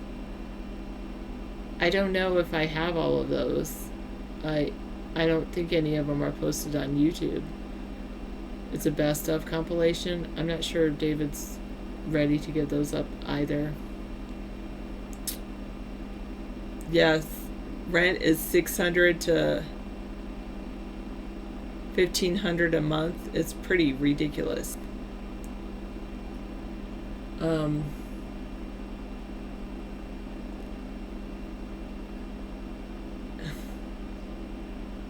I guess lately it's, I'm just gonna shake it off, shake it off.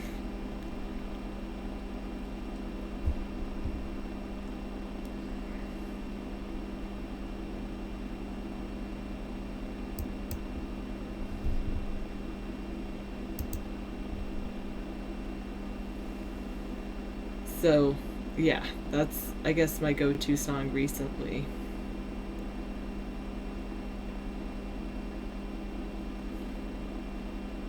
No, I don't,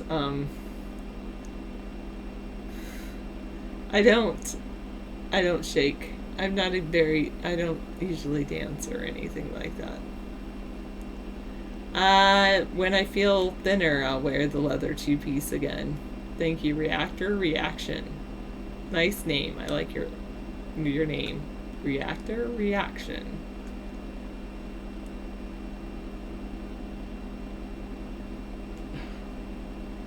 Well, Still too lazy to sign up.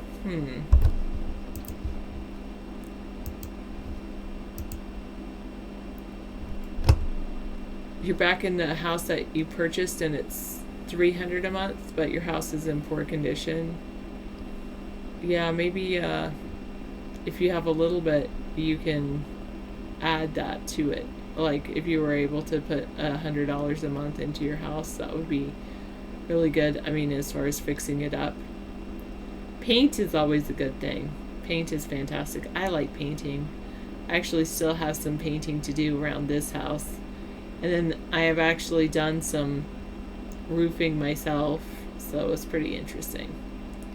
You bought your house 20 years ago? Oh yes, when you buy houses 20 years and 20 years passes, it's a lot of work, maintenance. I do wear a bikini when I go swimming, but I don't wear a bikini when I take pictures. You're being sued for hospital bills? Oh man. Well, the thing is, don't take out a loan to pay for your hospital bills. I will say that, Cater. If you're able to pay off your house first so that you own it outright, and then let them put a lien on your house if it's a hospital.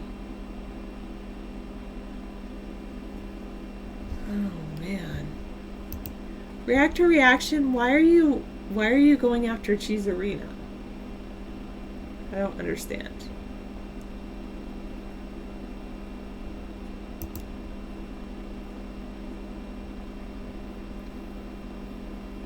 Well, they can put a lien on it, Distractia. No, if you don't have a... There's different things. When people...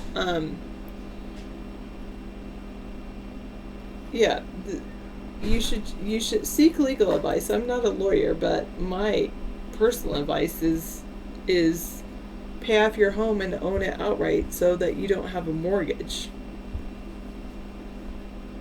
If you don't pay your mortgage, they can take it, Distractia, but if it's another company that puts a lien on it, they can't kick you out of your home. They can just put a loan on it so that you can either pay them, or if you decide to sell your house, then they are the first person that's paid out of the sale of your house.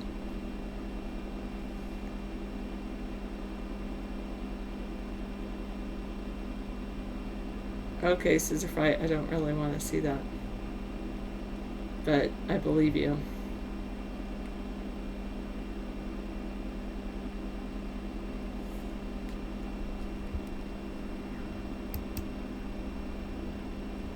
Yeah.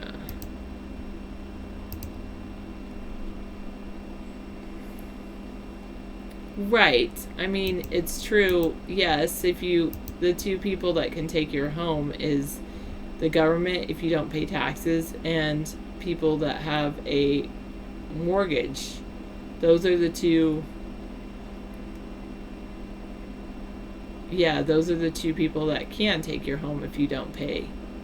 So pay your mortgage off and pay your taxes, and if you have a mortgage, try to see if you can pay extra to pay it off early.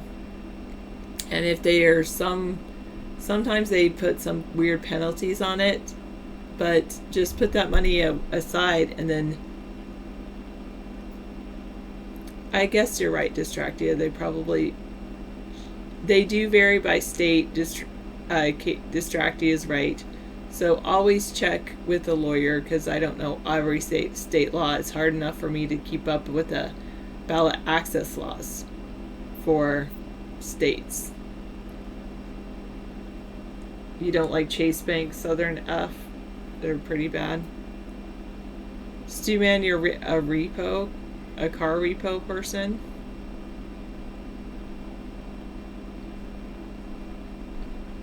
If they raise property taxes 100%, would most people afford it? Not necessarily.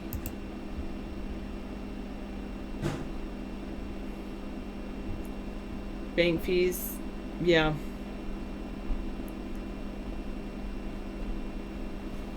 See, if we take an assessor, if we remove the assessor's office, we'll be using automatic assessment values based on market worth, and that will raise the price of these houses. So I'm recommending that we have a 0.5% of 1% as a maximum property tax across the nation, which will lower property taxes for everybody, and we'll get rid of the assessor's office. Ooh, that's a beautiful background. Wow. Thank you. Gave it to me. Thanks for that, Scissor Fight. Wow. Over to you. I think we have the background solved. Thank you so much. Yeah, so half the amount of taxes that we're currently paying, or a little bit less than half. Yeah, you gotta wonder, do they feel sneaky getting our publicly available address? You know, I don't normally ban simply because somebody says, "Hey, Dave, you look high." Well, I like to ban when everyone says I'm high as heck. That's when I ban.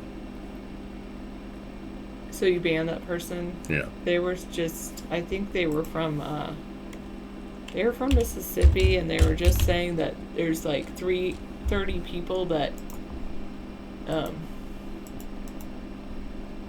30 people that killed themselves in their town because of a RV factory shut down. Oh my gosh. Well, let me unban Southern F350. Hang on.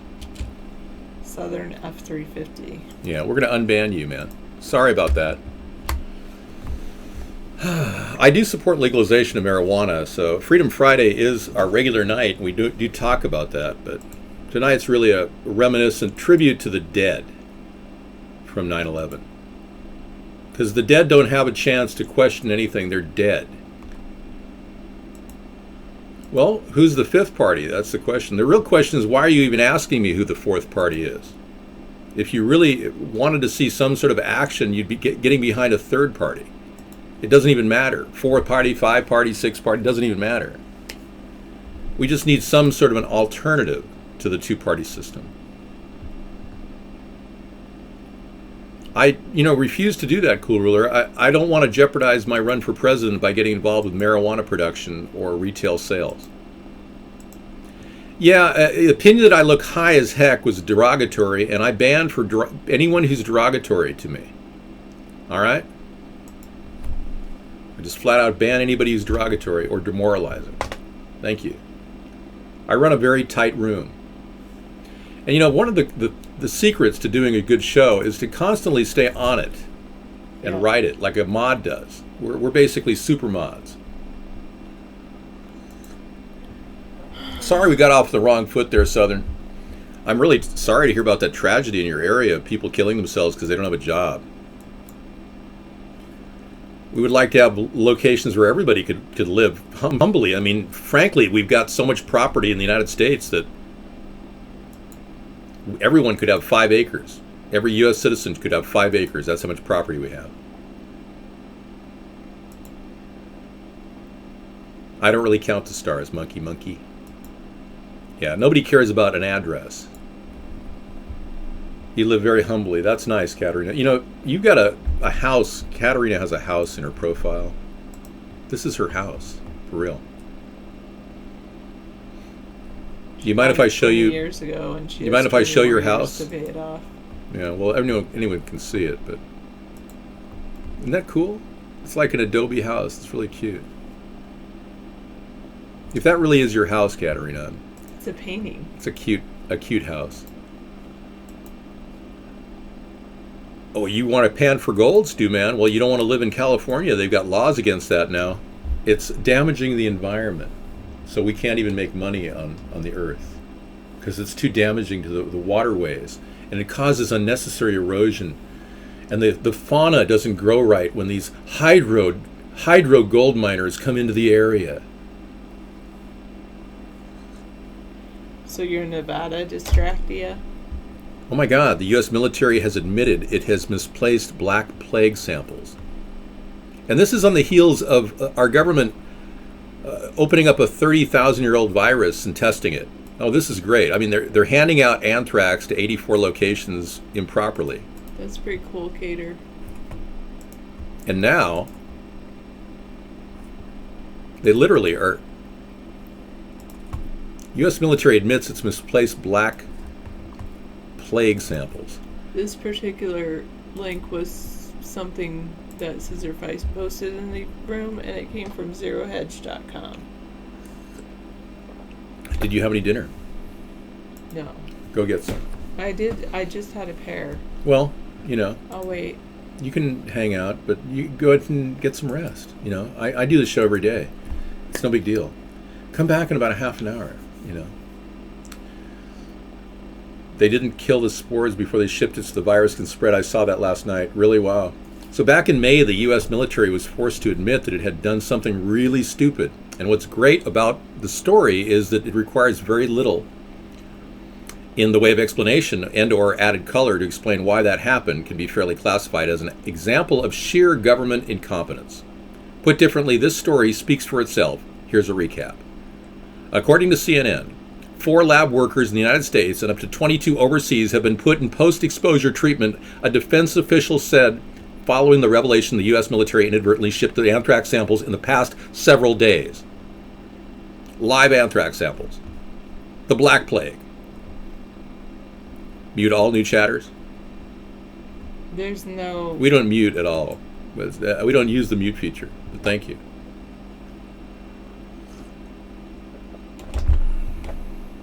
Something blue with batteries? Yeah. I like Canada, Monkey. I really feel akin to Canadians. I know that many of my family members from Sponheim family. The clip-on handgun thing. I know that I got a lot of Sponheim family members in Manitoba and Alberta. I could take a trip up there and get some Canadians to, you know, tell their friends. Yeah, just take it easy, you know, take a break. You don't Yeah, have to... very persistent.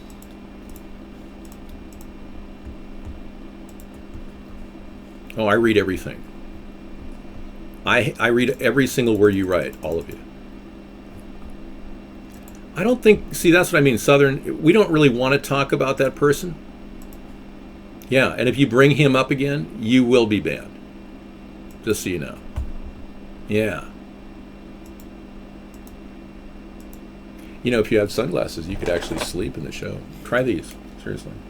You could just close your eyes and sleep. Yeah, and then just kind of nod your head a little bit. She's obviously had a long week.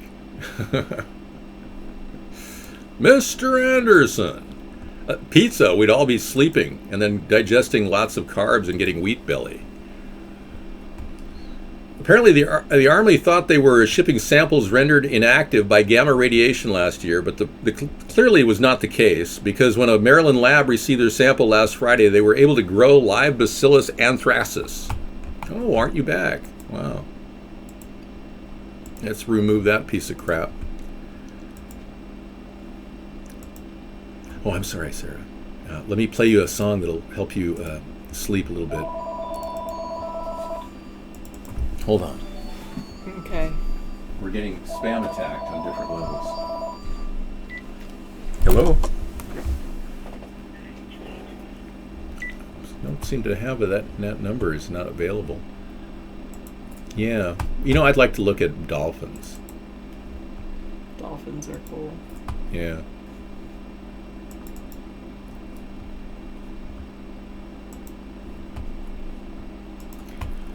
Let's just send in the clouds. What do you say?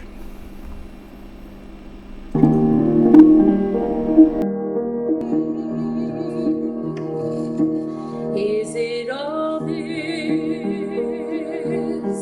Is it not fair? Me standing here in the round, you left me this year. Send in the clouds.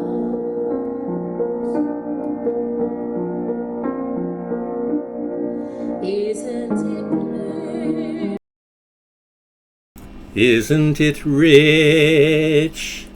Aren't they corrupt? They are so corrupt they don't know what they've done. Yeah. Play a little music for you there. Send in the clowns. Sounds like a funeral song, doesn't it? John Kerry is John Cohen. I didn't know that. And he's also a Muppet? I didn't know that either. All right, well, as you can see, we're kind of tripping out to the whole 9/11 thing. I think now is a good time to actually do what I would call a little moment of silence in remembrance of all the people and all the families that have suffered as a result of this terrible tragedy that probably, we're going to find out later, should never have happened.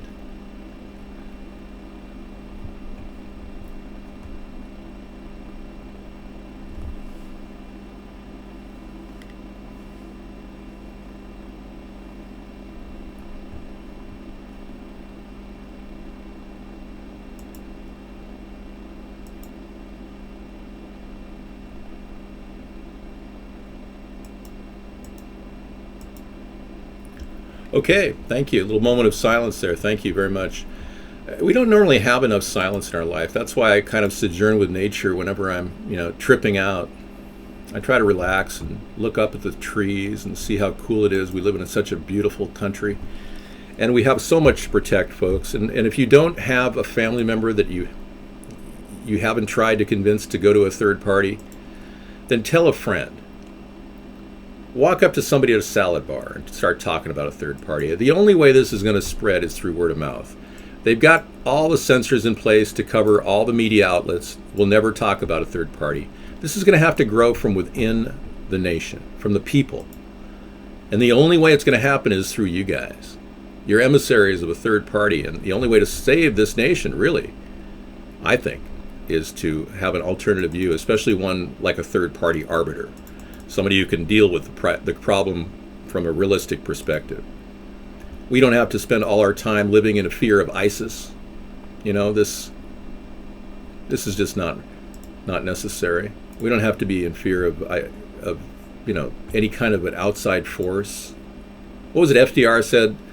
The only thing you have to fear is fear itself. Dave, does Connie still support? Yeah, she supports ATP. She's traveling now. She took a trip to New Zealand. She just took off. I'm kind of waiting for a phone call.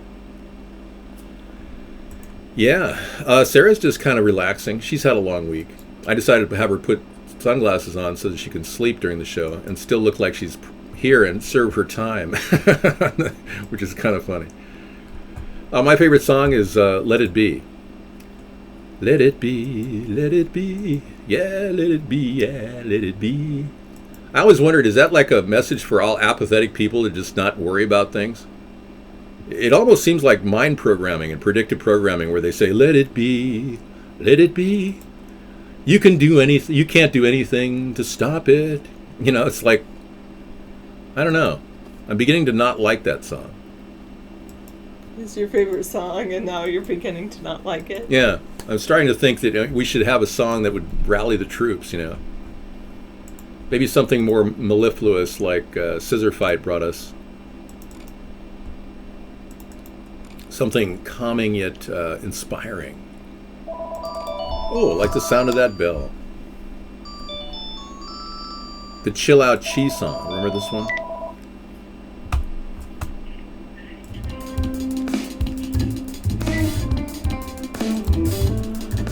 Hey everybody, we're doing a little jazz retro tonight. Yeah. Looking back at the Trade Center and what happened during the 9/11 attack. Many of you might believe it was terrorists. Then again, you might think it's not. Doesn't really matter.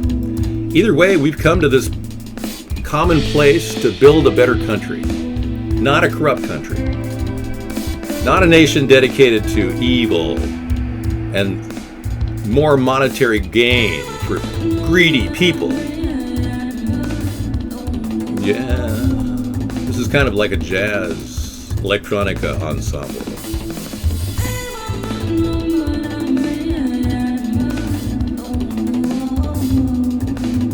All right. I did some core work today, some sit-ups. Felt that was necessary.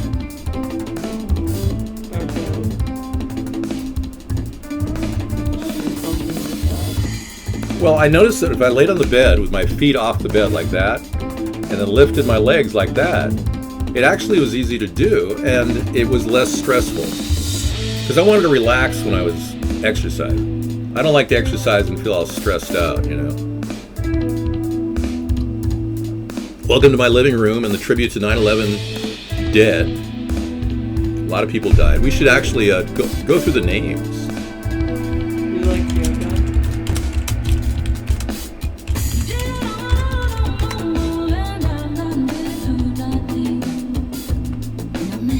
List of the victims from September 11th, 2001, everybody. Okay, you ready to toggle through them? It's a long screen list. We'll take a look at a lot of these deaths. All these people had lives. All of them meant something, and someone is very sad that they've lost their life. Gordon Amma, Edelmiro Abad, Maria Rose Abad, Andrew Anthony Abad, Vincent Abate. We'll do an A to Z of everybody that died there. Lawrence Christopher Abel.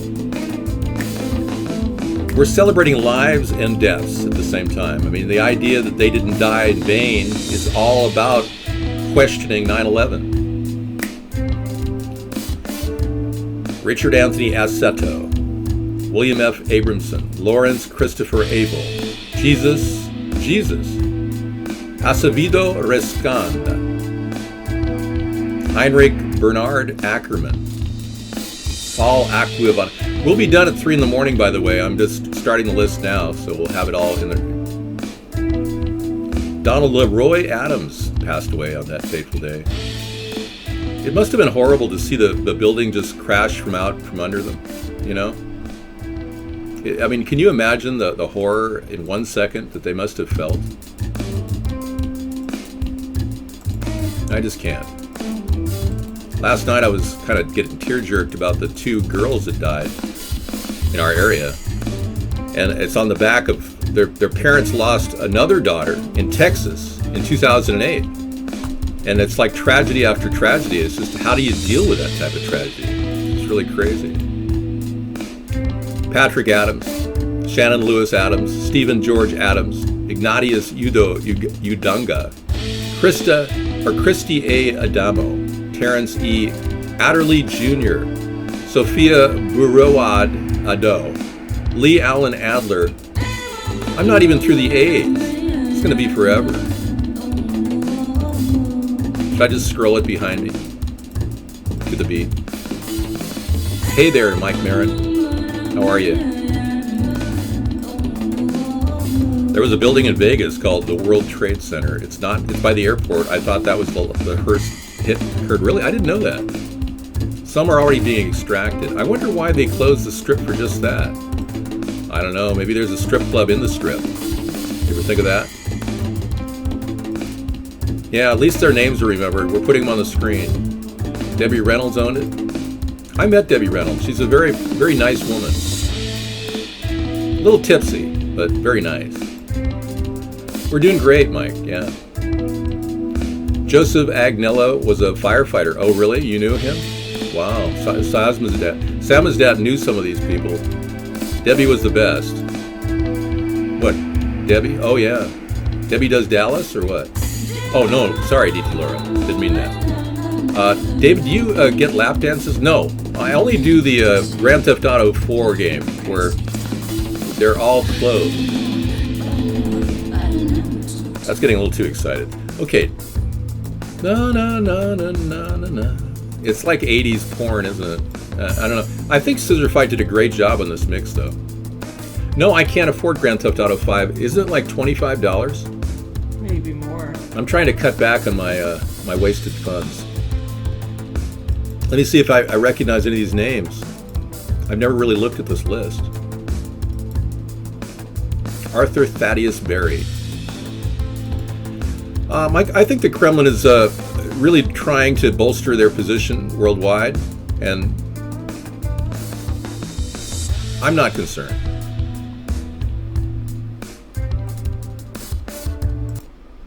All right, we'll pause that.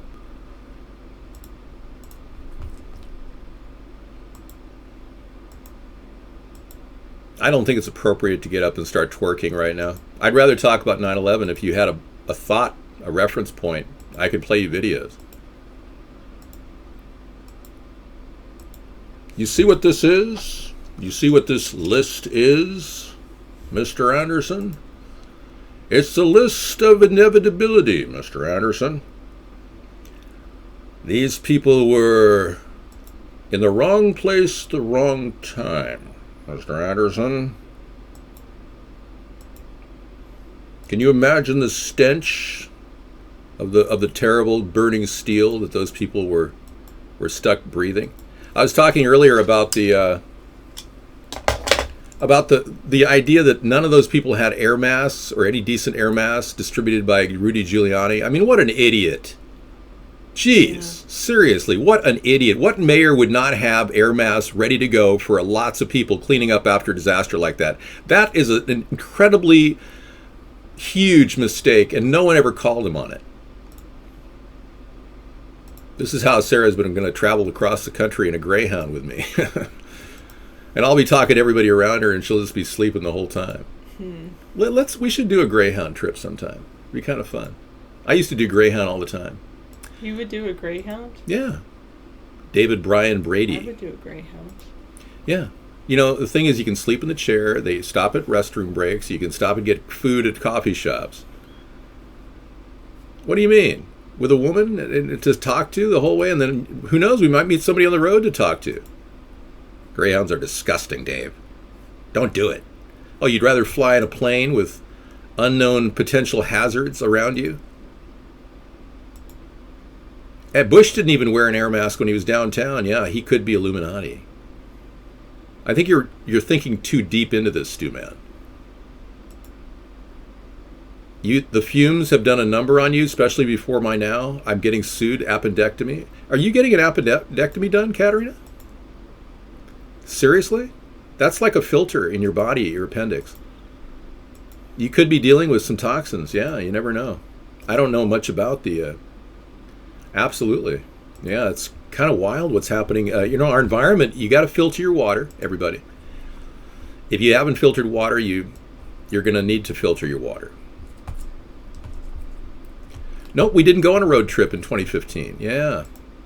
We went to the Solar Fest. Check our video there. Yeah, we took a trip to the Solar Fest over in Mount Lake Terrace or somewhere near there. South Shore, someplace near Seattle.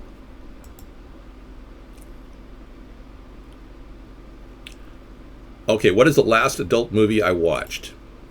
Debbie Does Dallas, I think, was the last one I watched. I usually don't last for the full movie. It's usually, a couple minutes really. I'm fine with that plot line. I was like 17 or 8. I think I was 19 when Debbie Did Dallas. Deep Throat came out right before I turned of age, I believe. Yeah. I know, I'm 55. How do you like this off-lit thing? We've got a side light going tonight. It's kind of a different lighting scenario. Sarah's holding the fort, relaxing in the chair. You're looking for the fifth wheel plate now that you can go anywhere you want. Is there a Greyhound deal where you can travel around the country? How old are you, monkey? Are you 26? See, I guessed it. 34. Okay, I was wrong. My skill is not as sharp as it used to be. Are you sure you're not 26 in your mind? And you're living in your parents' basement. I know. So many are. Ladies like your basement, yeah. I guess you're a happy guy. Mom and Dad don't seem to mind you banging the wood shed out there, It must be a little weird coming up to breakfast, with your girlfriend laying down and going, Mom, hey, what's for dinner? Or breakfast, whatever. Honey, were you with that girl tonight in the basement? Oh, no, we're just hanging out. Can't imagine. Not a lot of parents would put up with that. Alexander Chang, Dorothy Chiarchiaro. That's a neat name, Chiarchiaro. That's a different name. Louis Chimbo. We're through the seas. See, Mohammed Saluddin Chowdhury was one of the dead. Lividity setting. No. she's just relaxing. But if you want to get some sleep, you certainly can, lay down and have a real normal sleep time. Because it's not easy to sleep in a sitting position. They do this in the military. They have to sit for hours when they're in Iraq, in an Amtrak. You learn to sit sitting up. I was talking to Brian Williams the other day, and he was telling me, I was in an Amtrak sitting up most of the time while being attacked by helicopters. It's like, really? Actually, I'm lying, because I don't normally lie. I was fibbing, really. I didn't talk to Brian Williams. He's too big and important to talk to me. I don't measure up. I never lie. I fib, though. I'll occasionally say to a fib will, throw a word out there. I was telling somebody one time that I had a 4-wheel drive RV. And that person called me a liar. And I said, it's a joke. Nobody has a 4-wheel drive. No, they don't make a 4-wheel drive RV. Well, wait a second, they do. It would have been very helpful in the situation of the Trade Center attack if they had this mobile medical unit that is available from Loma Linda Medical Center. It's a 4-wheel drive RV that can provide immediate mobile medical services anywhere in the country. And I'm going to show you this as soon as I find it. And I know that Sarah's going to get ready for bed now, so it's time. Is it? Yes, and the bed's right in the other room. We have a backup bed. Go jump in that and get back when you're feeling better. You need a little resty, I think. That's just my personal take. Thanks for coming in, though. Here's your glasses. Thank you. Mobile medical telemedicine vehicle. Good night, Sarah. Thank you. Nobody knows when the next big disaster will strike. Medic Engine 251, Medic Truck 251, Medic Squad 251, Engine 264, Battalion 1102, tactics on Earthquakes, wildfires, hurricanes, flash floods, and mudslides can interrupt communications and transportation. These interruptions can prevent patients from getting the essential medical care they need. To meet these challenges, the Discoveries Project at Loma Linda University Medical Center and Children's Hospital have unveiled a revolutionary advancement in emergency medicine. Yeah. The Mobile Telemedicine Vehicle. Here we go, everybody. If they had this at 9/11, we wouldn't have had as many problems. Check this out. This is a 4-wheel drive RV. The Mobile Telemedicine Vehicle, or MTV, is the next generation of alternative response vehicles. It is designed to respond to unique emergency and disaster situations. In a disaster, patients can be cut off from hospital and other vital care. By utilizing telemedicine technology, the MTV brings the expertise of a critical care medical center to anywhere in the country. The Mobile Telemedicine Vehicle is a one-of-a-kind vehicle built specifically for Loma Linda University Medical Center by Mercedes-Benz and Unicat of Germany, engineers of the ultimate all-terrain expedition vehicles. Featuring a chassis. So apparently I was right. Yeah, apparently.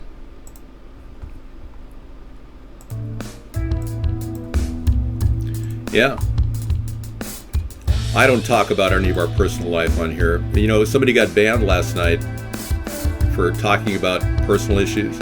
And he sent me an email, and I unbanned him. It was Dr. Pennsylvania. Remember him?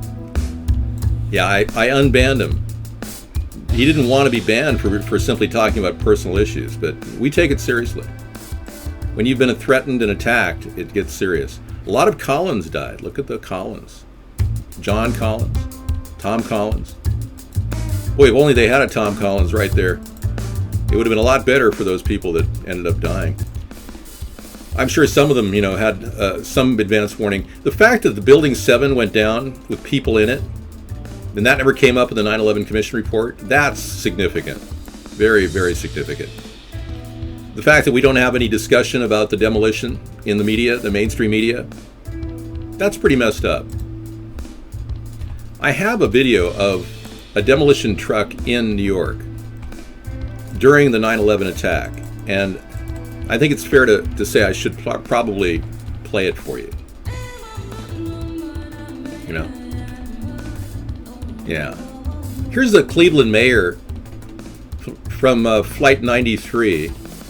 Oh, hang on, let me show you the demolition truck. Let's start with that.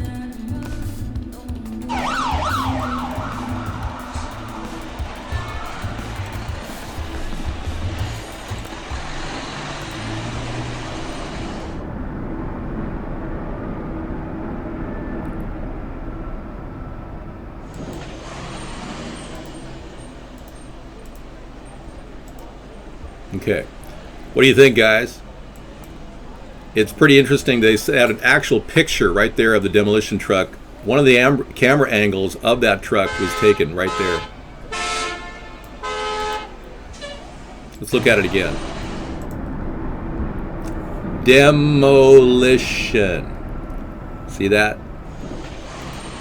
That was actually taken from the you see how it's zoomed in on the, this is the burning of the Trade Center at the time.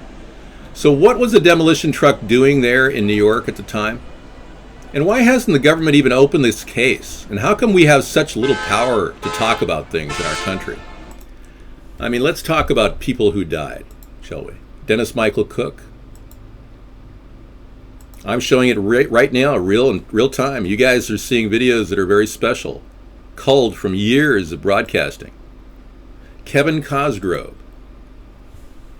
All of these people had lives and families that loved them, all lost because of some psychotic freak who wanted to erase $2.3 trillion in capital, in revenue.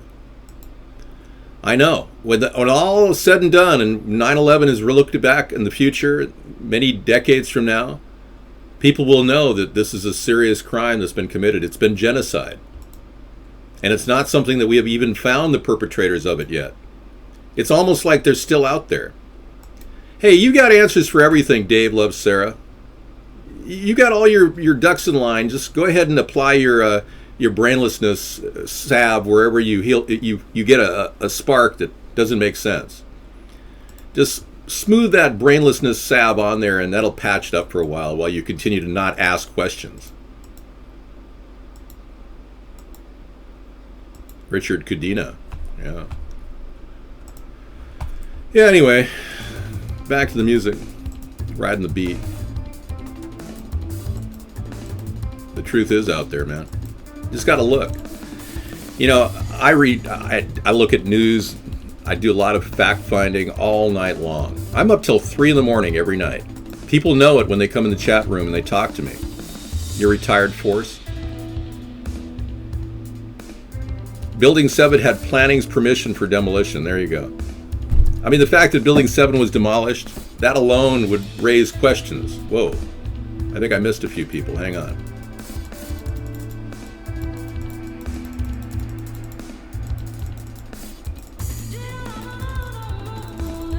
Here we go. Carlos Cortez, Kevin Cosgrove, Dolores Marie Costa, Digna Alexandra Costanza. What an interesting name. Charles Gregory Costello. Michael Costello. I wonder if they're related. Conrad Cotoy. Martin John Coughlin. John Gerard Coughlin and Timothy J. Coughlin. Thank you, guys. Thanks for coming into my hangout. You know, I'm going to throw this over here and just kind of read it on the side. We can bring other news stories in.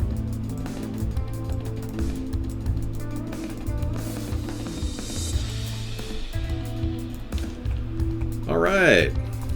That's cool. Is this live or not? This is live. Yeah. I'm reading through the list.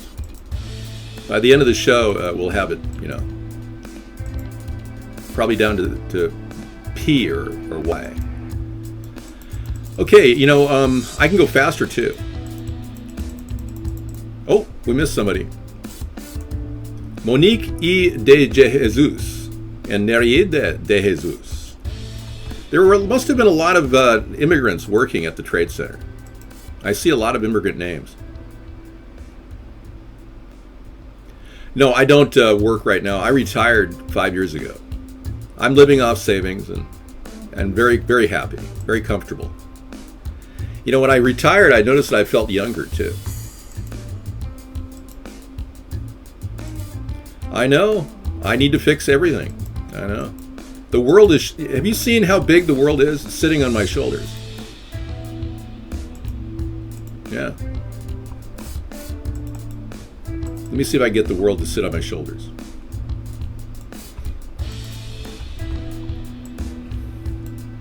Shouldn't be too hard.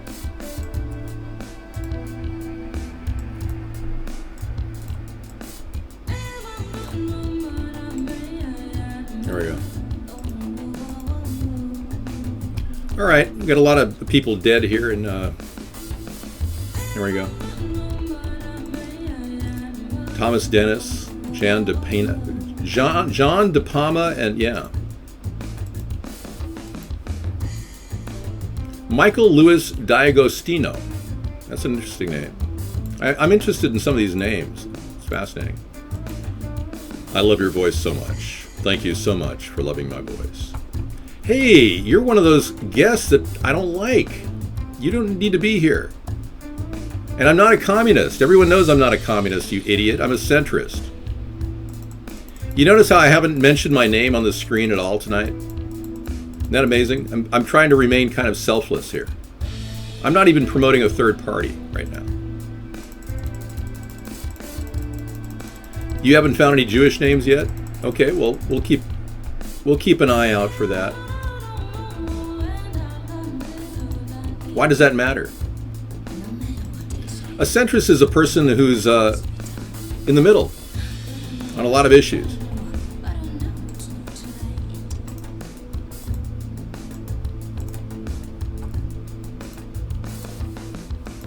Di Stefano, Doherty, Ramsey Downey.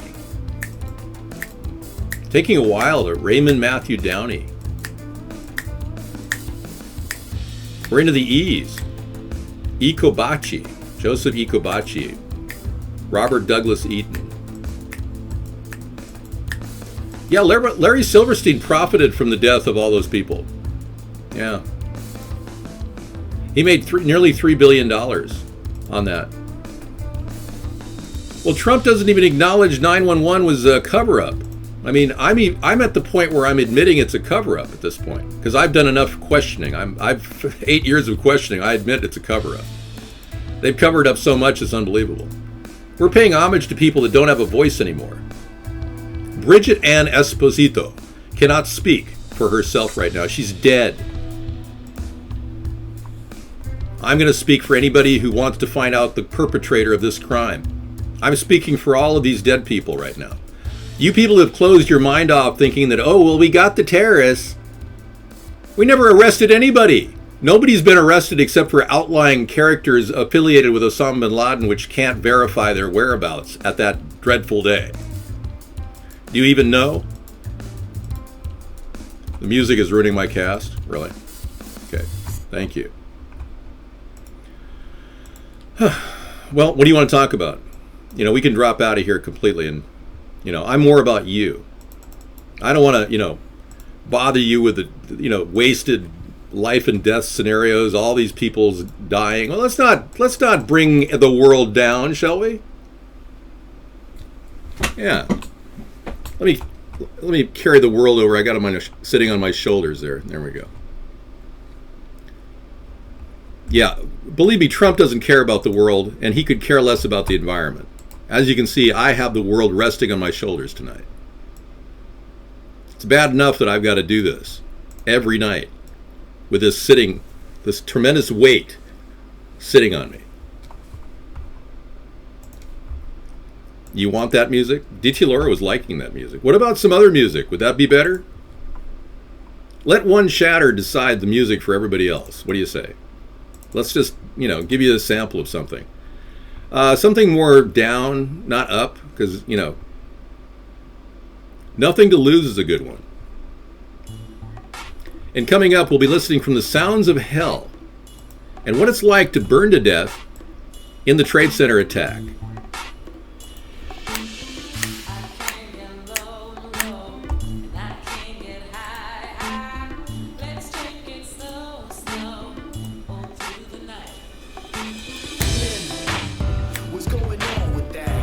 Why is there strip club music wearing I don't know.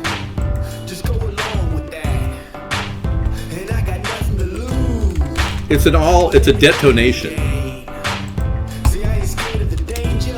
It's a detonation. That's what happened. And we are a debtors nation.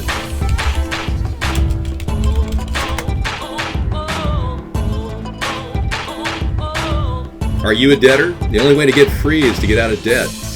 This is Freedom Friday, though. I might remind you that we are in the midst of our Freedom Friday, so you have the freedom to do whatever you want tonight. I don't know if all these dead people would want us to recite their name on the screen all night long. I mean, they'd say, have some fun, man.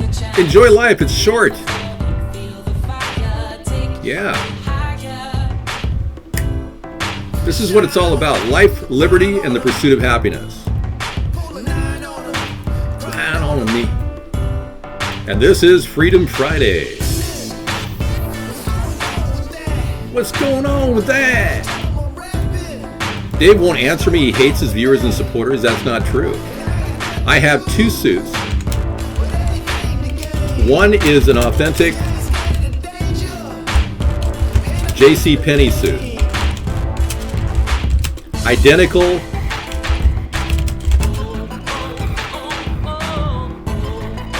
Well, whatever. Thank you. All right, so what do you want to talk about?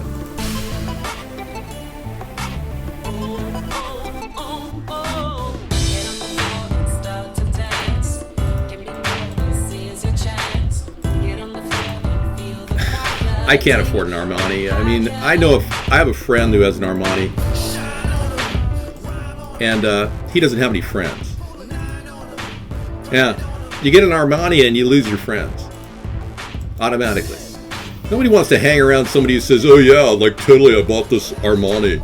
It's so cool. I only spent like $4,000. It was on sale." Let's see how cheap I get an Armani right now on eBay. What do you say?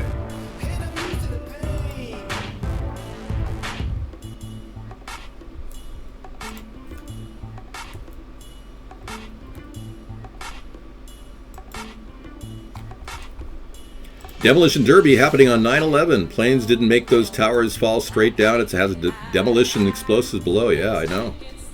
Okay, you can get an Armani for as low as $180 on eBay. That's a 40. I need about a 44. Would this look good on me? Oh yeah. Man, I'd look like $1 million in that suit. Building 7 fell because it was detonated. It was a pull down. The whole country has completely been shunned. Anybody who questions 9/11 can't get a message out in the mainstream media at all. So welcome to the blogosphere. I'd look pretty good in that suit, wouldn't I? Let's just take a look at my head in that suit. Okay?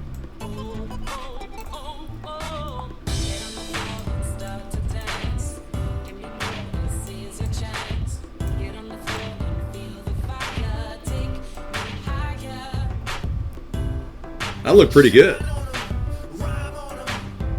I look like I got a pretty big head, too. Down on me. 9 on me, 911, 911, yeah. I don't eat GMO. What I do is I eat my Y2K rations. Here in the bunker, you don't have a lot of food available, so you kind of make do.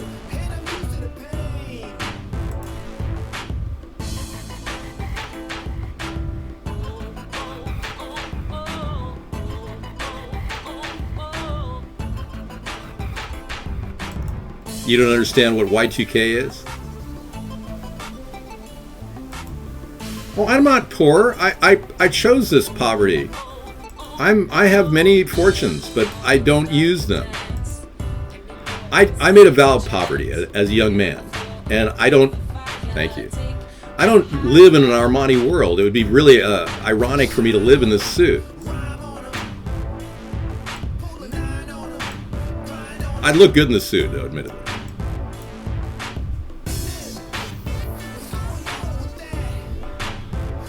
Okay.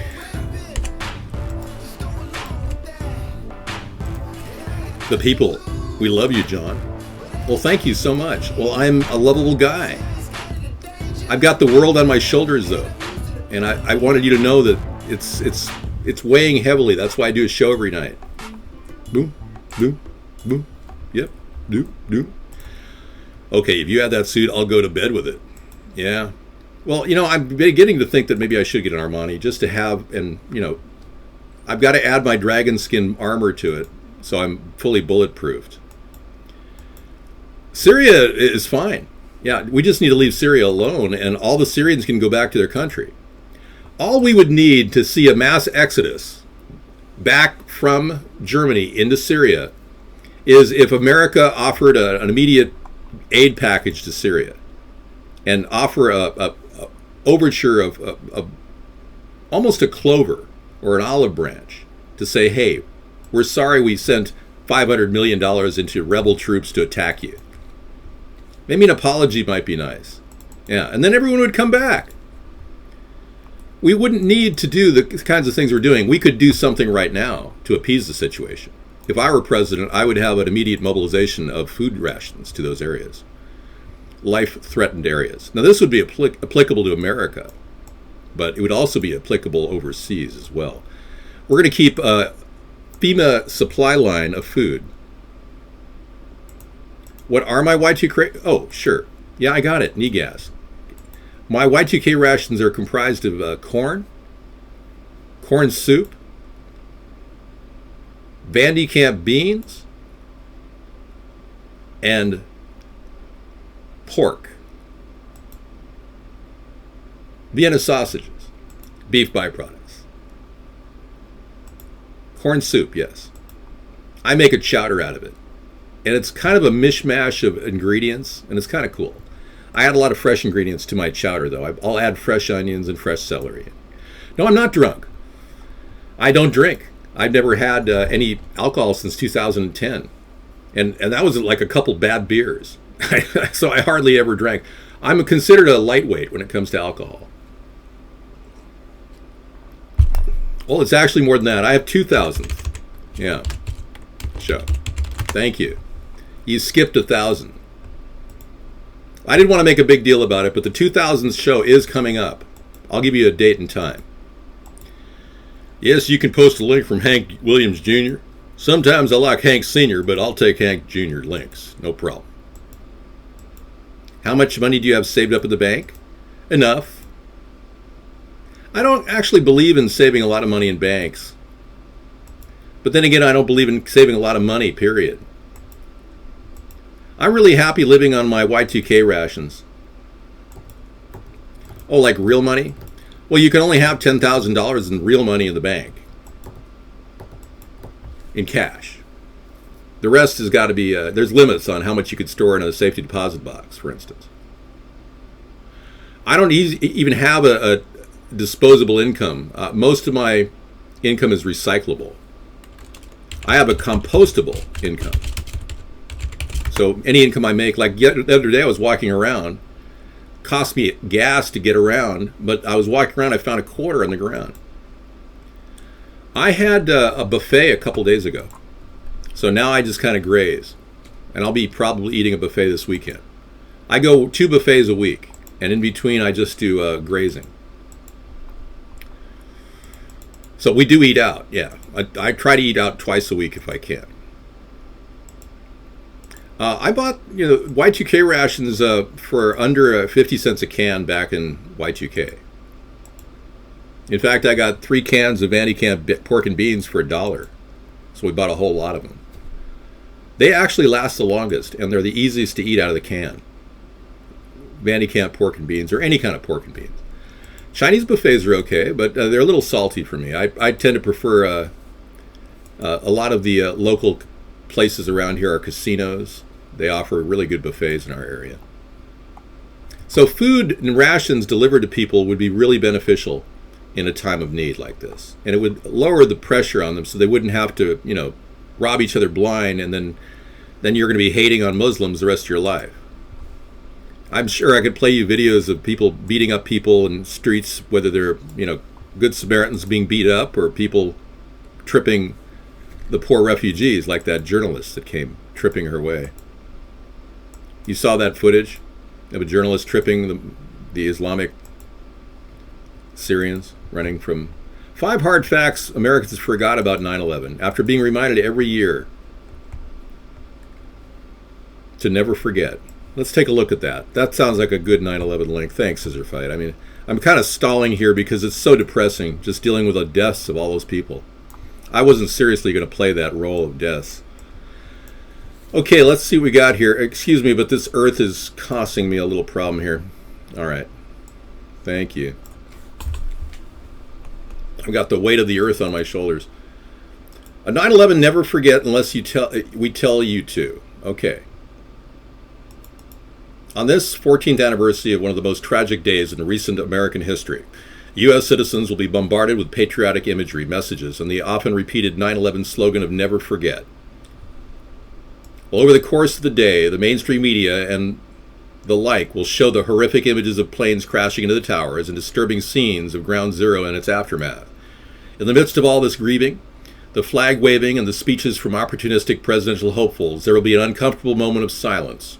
This silence, however, will not be in remembrance of the victims that day, but rather the complete lack of coverage given to the unanswered questions and suspicious facts surrounding that fateful morning.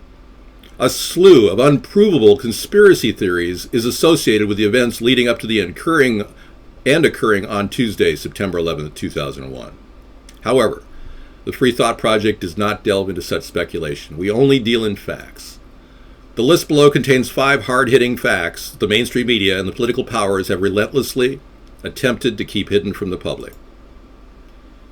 Coming in on number 1, fact, is perhaps the most perplexing of all the facts. Amazingly enough, some people still believe that only 2 towers fell that day. The fact that Tower 7, a 47-story building collapse, was but a small blip in the media. And since 9/11, World Trade Center Tower 7 is rarely, if at all, mentioned in the mainstream media. However, insanely enough, when Tower 7 is mentioned to some people, they think it's a conspiracy theory that it fell. However, Tower 7, which was not hit by a plane, in fact collapsed into its own footprint at free fall speed. It's going to show you. That's cool. No, Sarah doesn't pay. She pays me a little bit of rent, and I use it for utilities. So it's not like a big deal. Wow. That was quite a video. What just happened? Well, let's see if I'll play it again. Oh, there it is. Oh my gosh.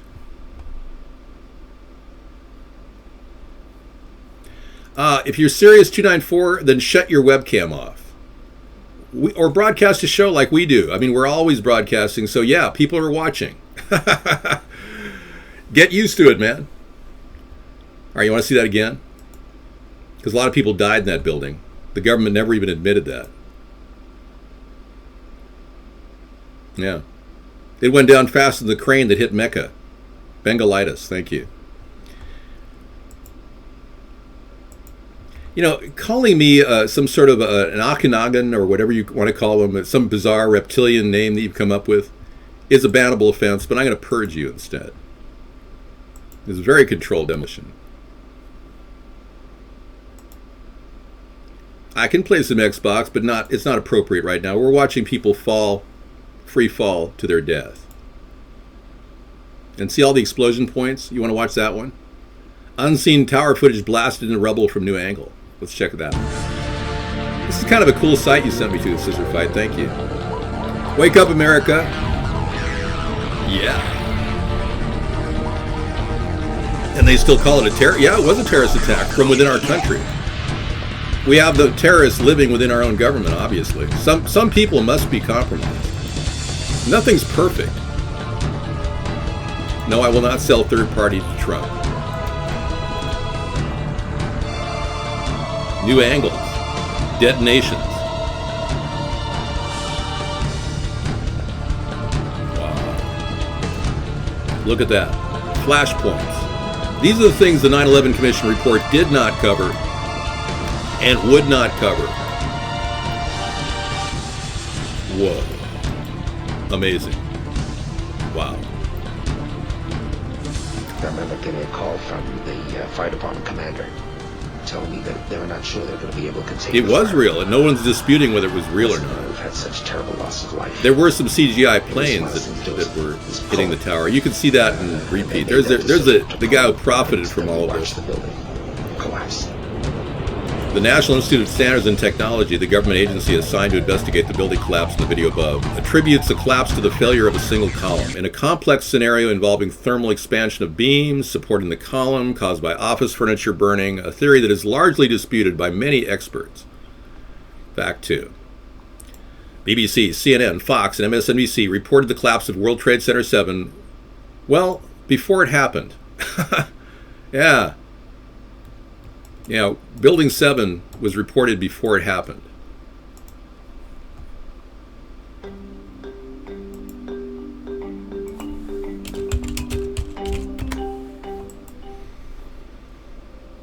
Yeah, I don't want to play Grand Theft Auto 5 because I don't want to remember that. People knew it was going to come down. People knew it was going to come down. Told that by people who were determined to bring it down. Oh, yeah. No such building has ever come down from office fires before at any time. And yet, it turns out there were people that knew within a couple of minutes of when it was going to come down. And they're on record. They're on record. Look at this. Banfield, one of the major journalists who was on the scene on World Trade 7, she basically points to the building, looks into the camera, and said, I've been told that this building is the next one that's going to come down. That building right there, the brown building, the tall one, is number 7 World Trade Center. I've heard several reports from several different officers now that that is the building that is going to go down next. In fact, one officer told me they're just waiting for that to come down at this point, that there's no way it's going to be recovered and there's no way that they can stabilize it. CNN anchor Aaron Brown says there's another building at World Trade Center which I've been told is either collapsing or has collapsed. We are getting information now that one of the other buildings, Building 7 in the World Trade Center complex, is on fire and has either collapsed or is collapsing. You, to be honest, can see these pictures a little bit more clearly than I. While CNN is showing World Trade 7 for about an hour after erroneously reporting its collapse. That's important, but I want to find out about cheese. I don't know. Where did cheese go? I don't know. I don't know. Where did cheese go? I don't know. Where? Okay, we interrupt this broadcast to bring you the 9/11 tragedy being covered up by media sources. Let's continue. They have a caption at the bottom of the picture, World Trade 7 on fire, may collapse, which looks so kind of normal and reasonable that I think most viewers would think, okay, well, here's a building, it's on fire, it may collapse, what's the problem? What the viewers haven't been told at that point is that no such building, no such steel-framed skyscraper in history had ever collapsed from fire. So it's not normal at all. World Trade 7 on fire may collapse. It's like Okay, fact 3. The 9/11 Commission was railroaded. Not only were the commissioners given extremely limited funds to conduct their investigation, but they were also met with dead ends in almost every direction. For starters, only $15 million was given to investigate 9/11. Compared to over $60 million that was spent investigating Clinton's affairs, and the travesty becomes even greater. This was the largest act of murder in recent U.S. history. And more money was spent investigating a philandering president than the investigation of the 9/11 Commission report. Makes you wonder. Well, that's not true. I mean, we're actually watching everything you guys are saying. I'm going to ask you to stop posting 29. Yeah, because it's ostensibly a ban. But I'm going to purge you. Okay, thank you. Freedom Live from ATP, everybody. We're investigating the 9/11 event, doing a fact 1 through 5 of things you just can't ignore. So the 9/11 Commission was railroaded. Yeah, pretty much. In 2006, Washington Post reported that several members of the 9/11 Commission report suspected deception on part of the Pentagon. As reported, and it says here, some staff members and commissioners of the September 11th panel concluded that the Pentagon's initial story of how it reacted to the 2001 terrorist attacks may have been part of a deliberate effort to mislead the commission and the public rather than a reflection of the fog of events of that day, according to sources involved in debate. I mean, that's interesting. I didn't even realize that there was a lot of concern about the 9/11 Commission report during the coverage that was completely ramrodded past us, and the mainstream media didn't cover it. They're having a town hall meeting in 9 minutes. Well, that's okay. I don't need to worry about it, Captain Redneck. Most of the people here got an email account and use that, in general, in daily life. The simple fact that Vaughn is adding email verification is great. Yeah, Larry Silverstein said, pull it. Right, I know. I'm in agreement here. You're preaching the choir, guys. I hear you. Staying on the topic of the 9/11 Commission, in 2004, George Bush and Dick Cheney told the commission that they would not be formally interviewed in relation to the attacks of September 11th. I mean, what does that tell you? I mean, Obama signed an executive order into office when he became president saying you can't question him on any of his records, ever. That sounds like a suspicious thing. Look at that. George Bush and Dick Cheney told the commission that they would never be formally interviewed in relation to the attacks on September 11th. Talk about covering your butt. Wow. Calling Jewish people out in this time is, I've already discussed the possibility of Mossad being involved in this attack because they did photographing of the event. But like I said, I would love to know the perpetrator. We're acknowledging that there's been a cover-up right now, right here. Donald Trump isn't acknowledging that. I'm not covering the butt of anybody. I'm trying to get to the bottom of it. But to name and blame Jewish people is absurd. That is racism.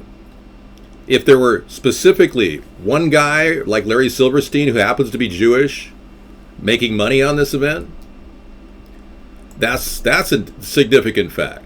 But the reality is the people that did this, they're not going to show their faces. They're not going to talk on camera. They're not going to be out there in front of you every night. No, I did not watch Jimmy Fallon because I'm banning anything Trump's in. Especially that interview with his daughter. That was so weird. Ooh, weird. Here's a creepy video of Donald Trump with his daughter that I found rather interesting. We'll get to fact 4 in just a second. Yeah, this is 2007, and this is him talking to his daughter and The View. And I played this earlier. I want to play it again. It's very disturbing. Here's the footage they tracked down.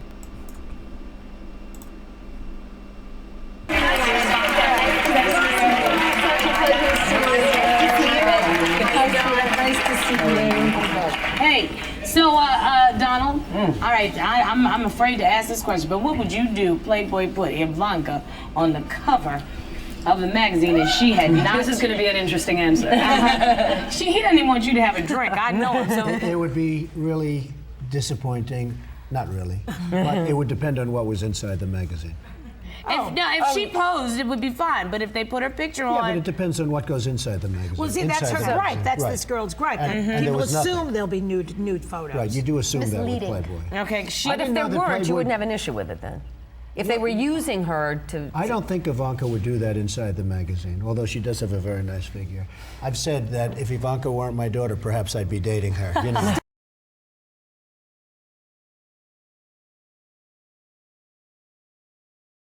He's fantasizing about his daughter. Wow.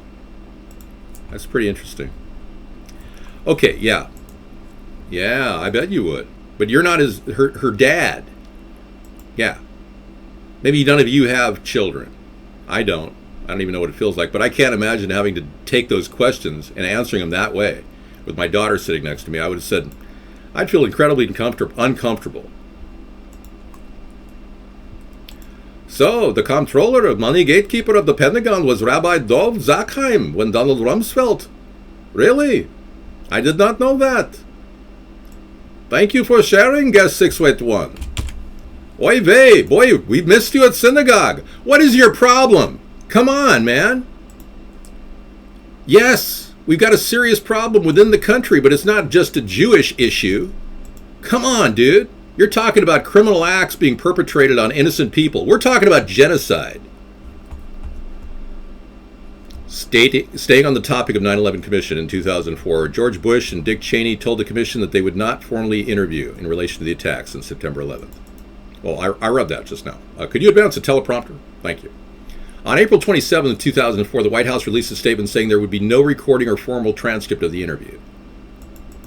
So Bush and Cheney refused to testify under oath. Here you The go. Bush administration will allow National Security Advisor Condoleezza Rice to testify publicly before the 9/11 Commission. For President Bush, it was a dramatic reversal. I've ordered this level of cooperation because I consider it necessary to gaining a complete picture of the months. And even the president and vice president agreed to meet with the commission, but with a catch. They insisted on meeting together behind closed doors and not under oath. President, why are you and the Vice President insisting on appearing together before the 9/11 Commission? Because the 9/11 Commission wants to ask us questions. That's why we're meeting, and I look forward to meeting with them and answering their questions. Why you're appearing together rather than separately, which was their request? Because it's a good chance for both of us to answer questions that the 9/11 Commission is looking forward to asking us, and I'm looking forward to answering them. Let's see. We have to have one story, so I'll say part, and if I get it wrong, hedge a little bit and give you the next. I want to thank the chairman and vice chairman for giving us a chance to share views on different subjects. And they had a lot of good questions, and I'm glad I did it. I'm glad I took the time. What topic did the commissioners want to spend most of the time on? I probably best that I not go into the details of the conversation. The president and vice president of the United States, don't you think they should be able to stand up and speak their own words? They should go under oath. They should be in public. Don't you think that the families deserve to have a transcript or to be able to see what you Abby said? asked me that question yesterday. I got the same answer, yeah. Yeah, real amazing issue. Fact 5. After a myriad of holes began to form in the official narrative, several dedicated engineers and architects took to their own investigation. Today, there are over 2,300 architects and engineers who've signed on to the initiative, all declaring the official story to be false. This is a significant detail when architects who know everything about buildings say that this is a detonation. Thank you. And we'll be playing the advanced version of this later tonight. In our marathon of 9/11 videos, which we've got about 50 coming up tonight, World Trade Center 7 collapsed. we'll be playing till 2 in the morning. By office furnishings. It did not collapse from explosives or from fuel oil fires. Thank you, Shyam Schneider, lead investigator of NIST. Yeah. Shyam Shunder. Yes, hello. Thank you so much. So we'll be playing that whole story tonight. That was a great link, Scissorfight. Thank you. And you know, this whole story about the architects being against the official version of the 9/11 Commission report, that's been suppressed in the media too. Just like I've been suppressed, just like freedom has been suppressed, just like a third party is being suppressed. Just like the earth is being suppressed. Nobody cares about the earth either. Just like the background's being suppressed. This is what they want you to believe. When in reality, this is what's happening. A horrible, horrific museum they put in place with skeletons in it. People say when they go there, they get an eerie feeling. It's kind of freaky. No, the Lemon Party didn't have a platform. We do. The show will go on till 2 in the morning with all kinds of incredibly cool videos. All of them are lining up as I speak. So my robotic personal image is putting an image on the screen for you to look at while I'm currently, no, I can actually get in the show. No problem. I'm just a camera away. Hi everybody, it's me. I inadvertently got rid of my camera at the very end of our show, thinking I was be ending it right now, and I am going to be ending it. But I wanted to actually give you guys a little, something to remember me by.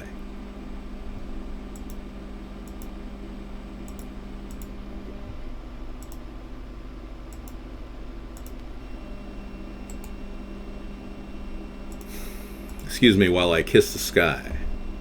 Excuse me while I kiss the sky. Jimi Hendrix, 1968. Purple haze all through my brain. Sorry, I'm not Jimi Hendrix. Well, you sure sound like him. All right, that's me. There I am. So this picture was taken in 2008, and I've been doing this since 2008. Isn't that amazing? Hey, yes, it's me, your alter ego. Okay, so this is, yeah, I've been doing this since 2008. It's amazing. No, actually, I had my own business up until 2010. I don't consider myself jobless because I work all the times. Stay 30 minutes before Americans for the... yeah, thank you. I'll stay an extra 30 minutes for you. How's that?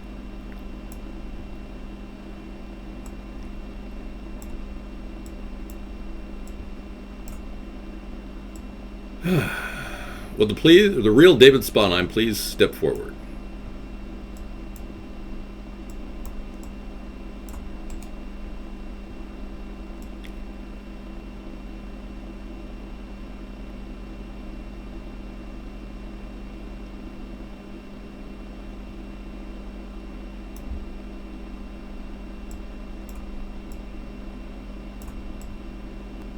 I can't seem to align my head.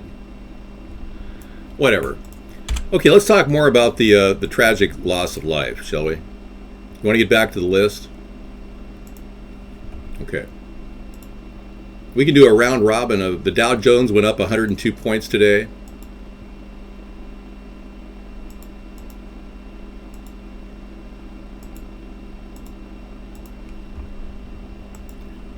What are memes? I don't even know what memes are. Can you tell me what they are? Remember, there is 400 members of the Secretive Council for National Policy, and it would be impossible to write about each and every one of them. I agree. Plus, it would be impossible to lie detector them, too. Hey, thank you for coming in, 294, and showing support. I was an advertiser for a while, guest 464. Yeah, we're live until 2 in the morning with videos in remembrance of 9/11 tonight. I want to show you the name of a very interesting leader of our military, an Army commander who saved lives in Iraq, Frederick Franks. He's age 78 right now, but he had a strategy that helped the Army make a left hook and catch Saddam's Red Army by surprise and take him out. And he gave the option of taking him out completely and stopping the war right then, but Stormin' Norman and Schwarzkopf wouldn't allow it, and George H.W. Bush said stop. So, but yeah, Frederick Franks, U.S. military, thank you. Thanks for your service, Frederick. He's still alive. You know, we want to celebrate the living too, not just the dead.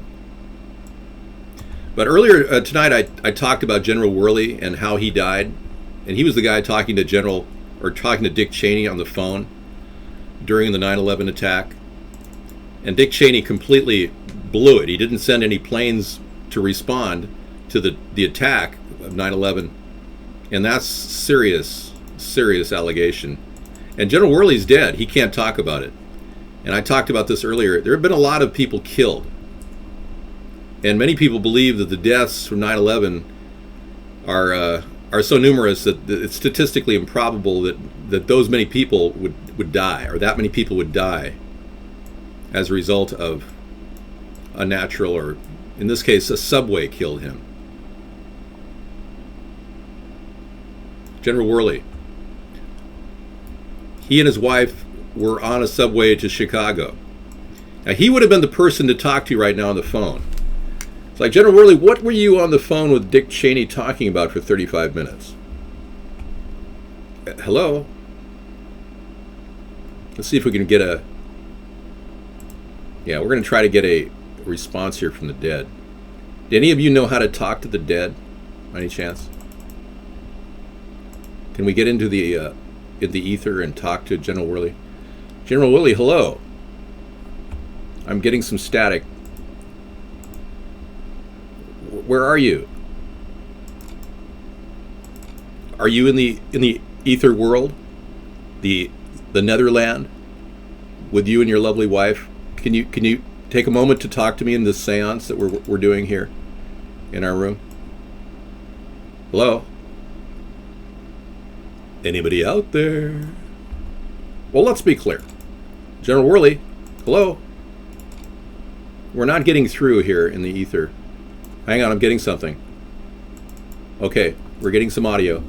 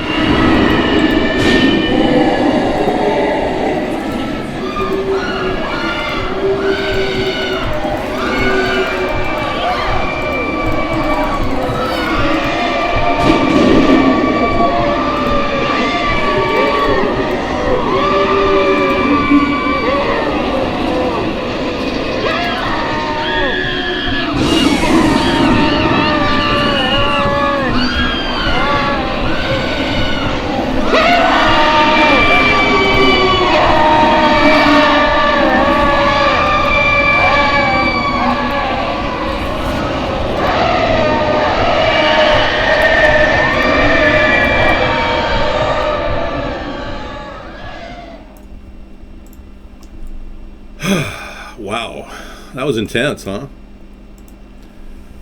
Yeah, that was one of Scissor Fight's better remixes. He's incredible, an artist that has done amazing work, and we're so blessed to have him here. Thank you, Scissor Fight, for that audio clip of hell.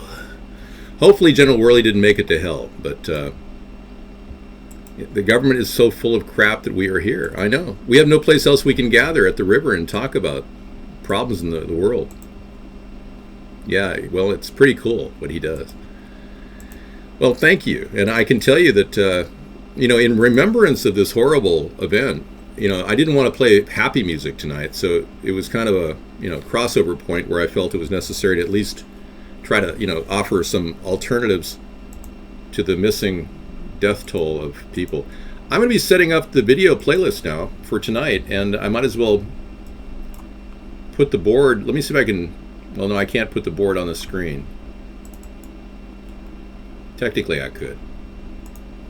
Yeah, let me see if I can take a picture of this screen right here. Kind of cool. I can take a picture of the board. This is it here. This is the picture of the board that I have here in front of me. And I can put myself ahead of it, and I've got a timeline. And then I can go add media, and you can see my collection of 9/11 videos that I have in my playlist. Here we go.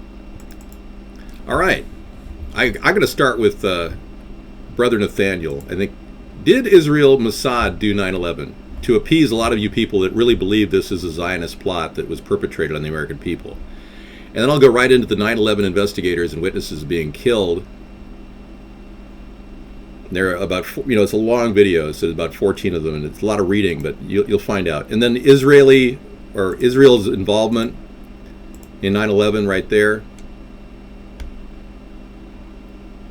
Yeah, no, I don't know what it was. It was amazing stuff. 15 disturbing 9/11 facts you wish you weren't true. We'll go right into that.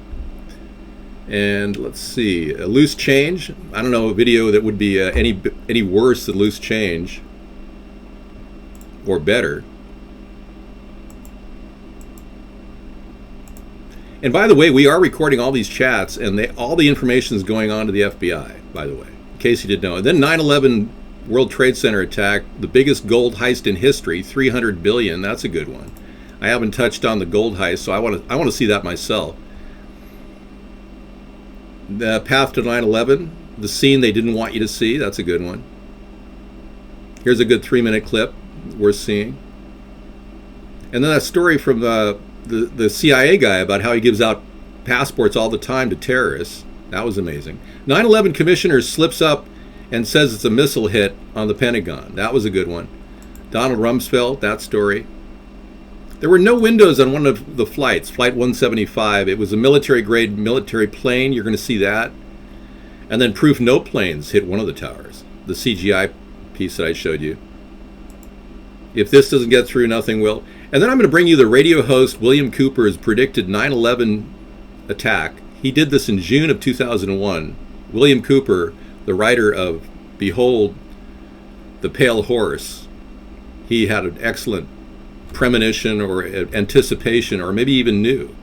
Then that leaked video of the cruise missile hitting the Pentagon. I showed you at the beginning of the show. Bush caught lying about September 11th. And then the guy who said he saw nothing but no bodies on the ground in Pennsylvania, Flight 93. So I think we're almost there, and then I'll wrap it up with the 9/11 Commission report. From evidence, experts speaking out. It's about an hour and a half from architects. And then a CIA insider tells the 9/11 truth will top the whole evening off at 2 in the morning.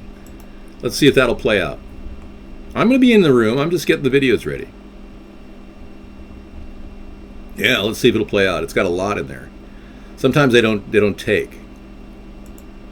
Well, this has been a great show. Sarah is done for the night. Yes, Drag King. She went to bed earlier.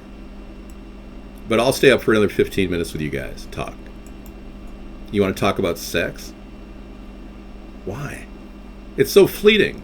I mean, it's such a temporary thing. Yeah, it's 3 hours. It's perfect. I'll come in later tonight with more videos queued up for that. The video cameras caught. Okay, there we go. Okay.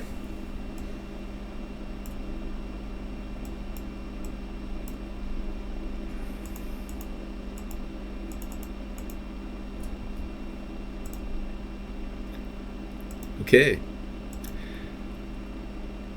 Really, that is what you want to see? What? That? What do you mean? There's all kinds of things to see. This is like a 3-hour 9/11 show tonight. What were you expecting? Vote Big D, yeah. Right on. All right, so yeah, we've talked about 9/11 at length, ad nauseum. Let's talk about you. What do you want to see in the future of your sex life? What you want to see sex, David? What do you mean, what do I want to see in sex? This is, I don't want to go there. Thank you. No, I would never have sex with a man. That's disgusting. Not you either, Mr. Kai. Yeah. You spoke about 9/11, not talked about it. Okay, let's talk about it, Crunchy. You ever hear the book It's Okay to Cry by Meg Bragg about John Yates from the Pentagon?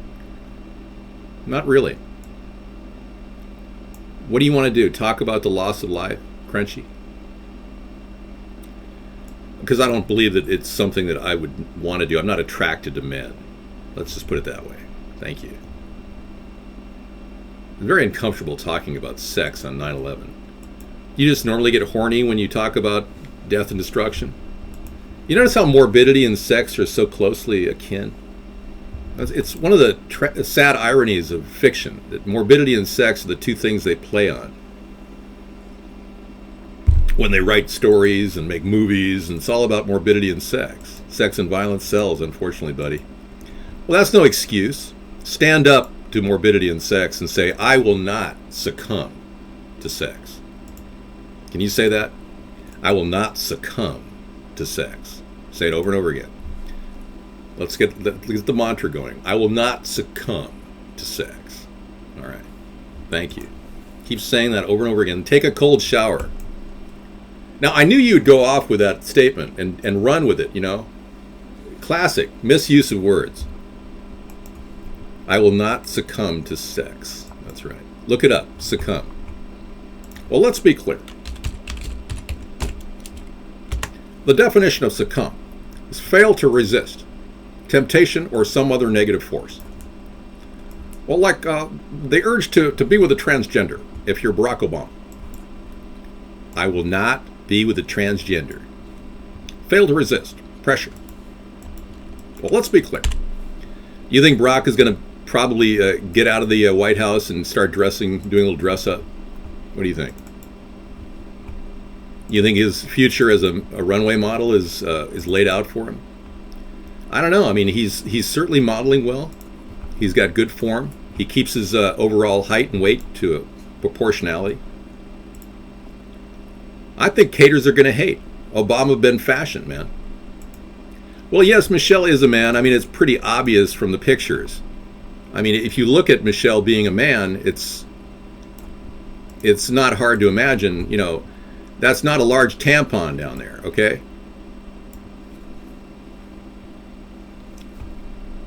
Whatever.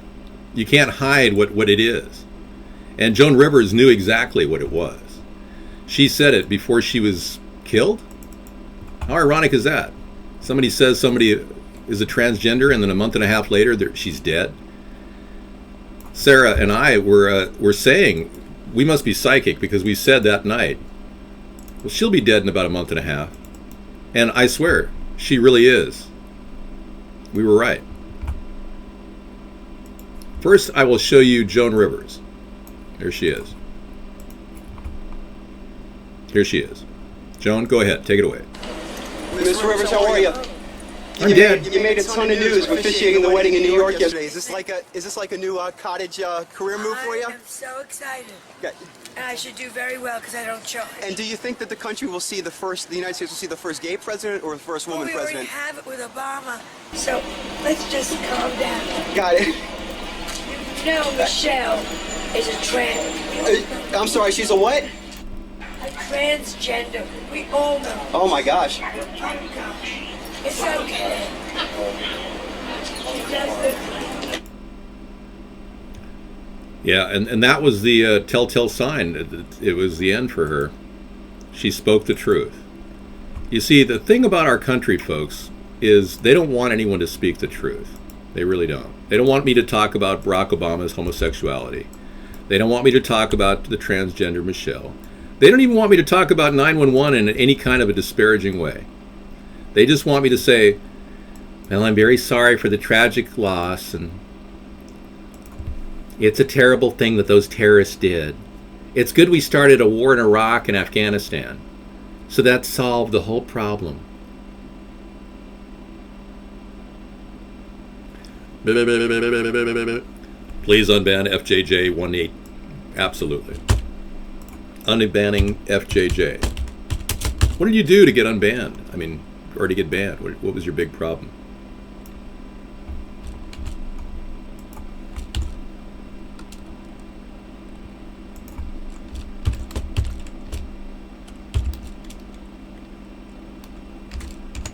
I'm assuming that's JJ. What do you think about the new human species they found in South America? You know, I was trying to avoid that whole subject. I don't believe it's human. I believe it may actually be a gorilla in nature. And I didn't want to get into that polemic discussion or semantic discussion. But I don't believe it's human. It's Homo dedali, and I don't believe it's human. I believe it's gorilla. And I'm going to cite a couple different reasons why I believe it. You'll notice that the enlarged forehead. Oh, sorry. It's queuing up.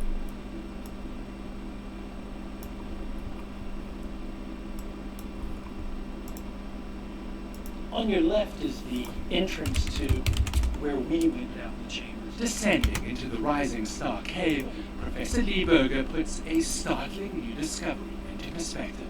This is like opening up Tutankhamun's tomb. Berger and his team of scientists say they've uncovered a new species of the human family tree. They call it Homo dedela. But in reality, it is a gorilla. You see, gorillas and Homo dedela are almost identical. To say that this is a human is ridiculous. That's like saying I'm a chimpanzee. You know? Gorilla, Nadella. Come on. Who's kidding who here? Jeez, come on. I mean, are we that stupid? We're going to sit there and say this is a human? I think archaeologists and anthropologists are often inventing in themselves to get notoriety. I am not a communist. What's wrong with you, man? My family fought communism for 20, 30 years. We were single-handedly responsible for stopping communism in the 1950s. Read my book. You'll find out all about it. It's not published yet, but read it. I'm going to tell my whole story. Yeah, we fought communists back in the 50s, you idiot. You're obviously a white supremacist or a red-wing or right-wing neocon or something. My autobiography. The autobiography of me.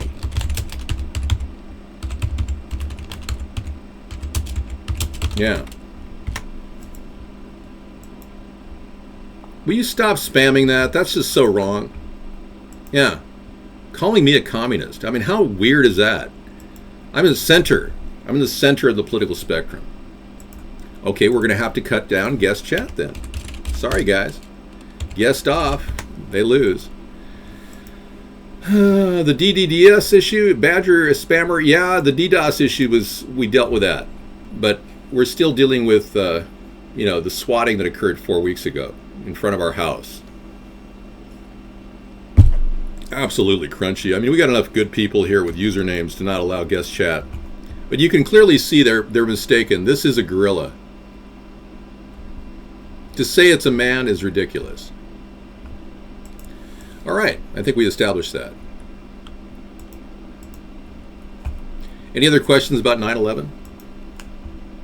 Yeah, how can anyone think I'm a communist? It's ridiculous. I resent Marxism, and I hate the communist government of Barack Obama. You know, he's got academic Marxism parked there.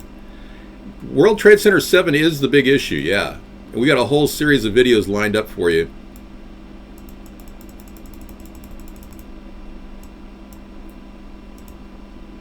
But, what can I say? I do my best.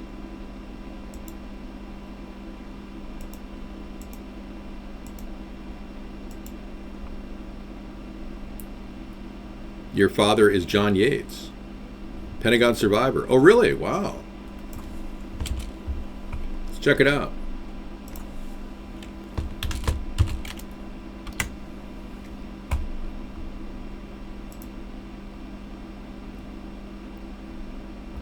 Sitting there doing emails, answering.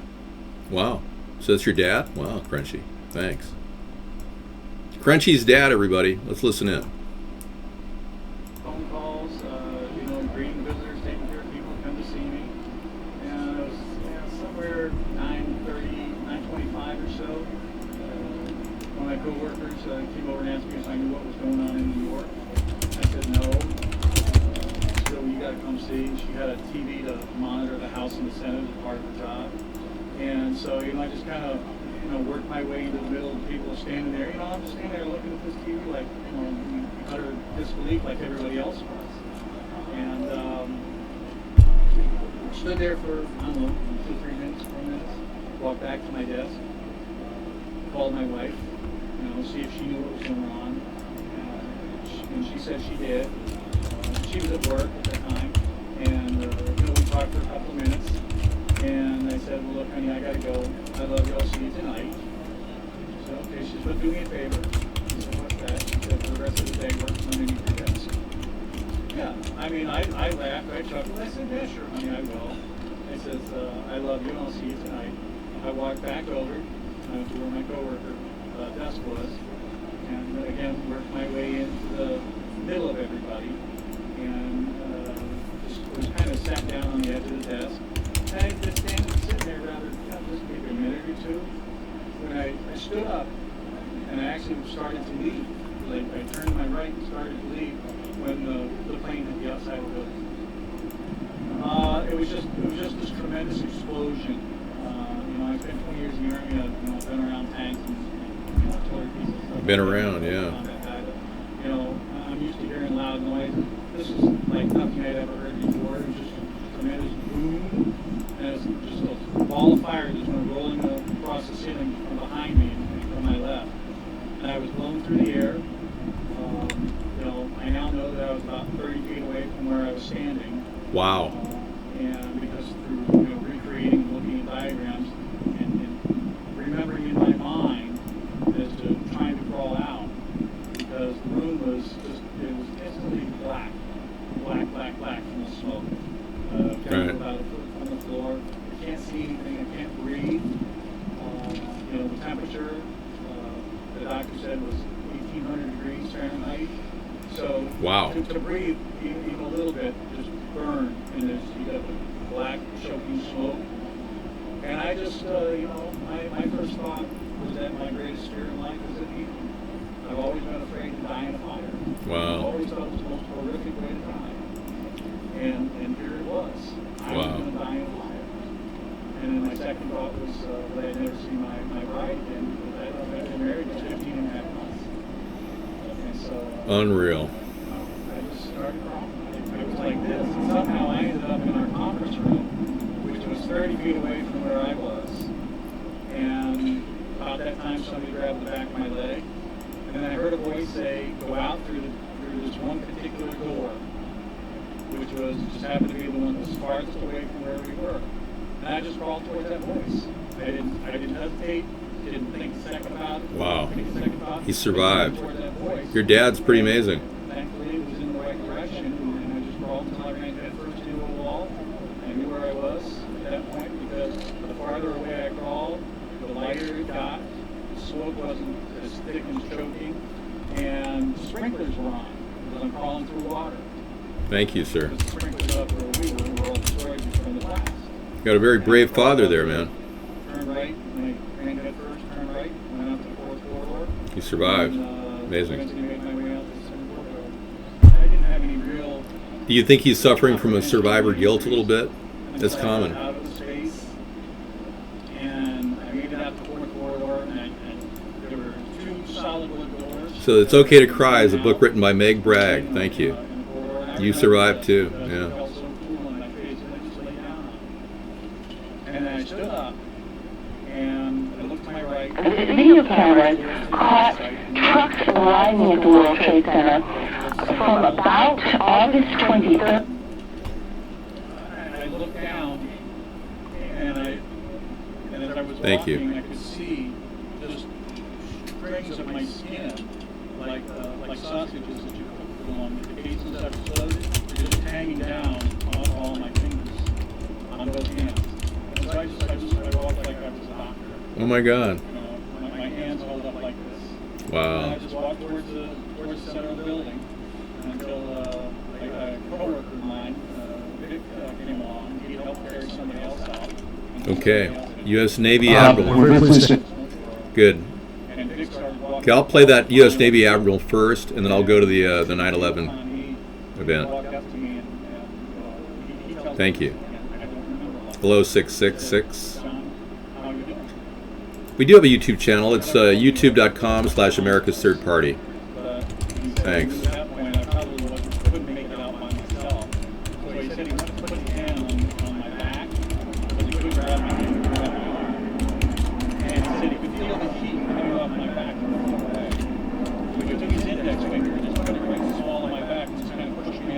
I'll watch your YouTube site too, Crunchy.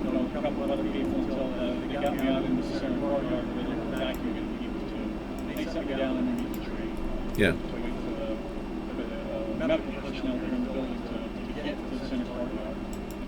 Okay, I wanted to mention that Noble Watchman said pretty much what I've been saying tonight. The cabal represents a marriage, often literally, between Illuminati Jewish finance and Anglo-American aristocracy. This cabal is behind communism, Zionism, Nazism, liberalism, socialism, Freemasonry, and feminism. You know, I'm beginning to believe that what you're saying really sums up the whole idea of the conspiratorial nature behind what happened with this cover-up. Now, if you don't believe that there's a cover-up involved in 9/11, I completely acknowledge that's fine. It doesn't matter. We all have to look at the future and how our country can prevent events like this from happening. We're not going to be able to reach into the past and pull out the culprits real quick. And when I become president, I'll have to hit the ground running, and I'll have a team of experts investigating this. But we're moving on. We need to move on, even if we have corruption within the ranks of our government. Lie detection will be used as a method to weed out the bad, corrupt people within our government. But beyond that, we're really kind of winging it. And a lot of the operations that will be going on during the recovery period, in the economic recovery that we're going to be dealing with, because I recognize we're in a very bad economic strait right now. That economic recovery will take place in the midst of questions about what the previous governments did. That's something that has to happen simultaneously. We can't stop the wheel of motion and instantly go back and say, well, that's this person's fault and we have to put them on war crimes tribunals. We need to get some reconciliation here, but again, we have to move on. We have to keep these type of people from the inner machinations of our government, because what they've done is use government for their own profit. And when you look at the whole 9/11 tragedy, you see the underbelly of those fateful words that our Secretary of Defense Rumsfeld said, that $2.3 trillion were missing from the Pentagon. That alone will make you begin to understand what happened on that fateful day. Beyond that, yeah, you can blame terrorists, you could blame anybody. It could be terrorists trained by people on the other side of the world. It could have been terrorists trained from within the ranks of the secret people within our own government. I can't tell you the answer to that question. There is no answer yet until we actually find and do discovery of who really was behind this fateful event. All right, thank you for watching our show tonight. It's been a really interesting show dedicated to 9/11, tribute to the dead. So we've got a lot of stuff coming for you. And I thank you for coming to our show, because we are one of the few sources on the internet that talks about all of the different issues about 9/11. And when you see our video in repeat, if you're watching it in archive, you'll have a better understanding of how many questions there are about the 9/11 attack. How and why so many people are just not getting their word out in the mainstream media about their concerns about an inside job, about a cover-up, about unbelievable corruption within the ranks of our government. I did a radio show today for 30 minutes. If you want to listen to my Blog Talk radio show, I haven't listened to it yet. I was testing mic out. Hopefully it came out okay. But I synopsized the need for a third party and why we have to get this thing off the ground before it's too late. And I'm not giving up ever. I'm going to be running election after election. I'm not going to give up. This is a plan I put in motion 8 years ago, or actually 10 years ago, and I'm never going to just walk away from it. It's a really important issue. Building a third party has always been at the center of my focus and my concentration in life, and it's been a big part of what this effort is all about. Thanks again for coming in, everyone. Good night.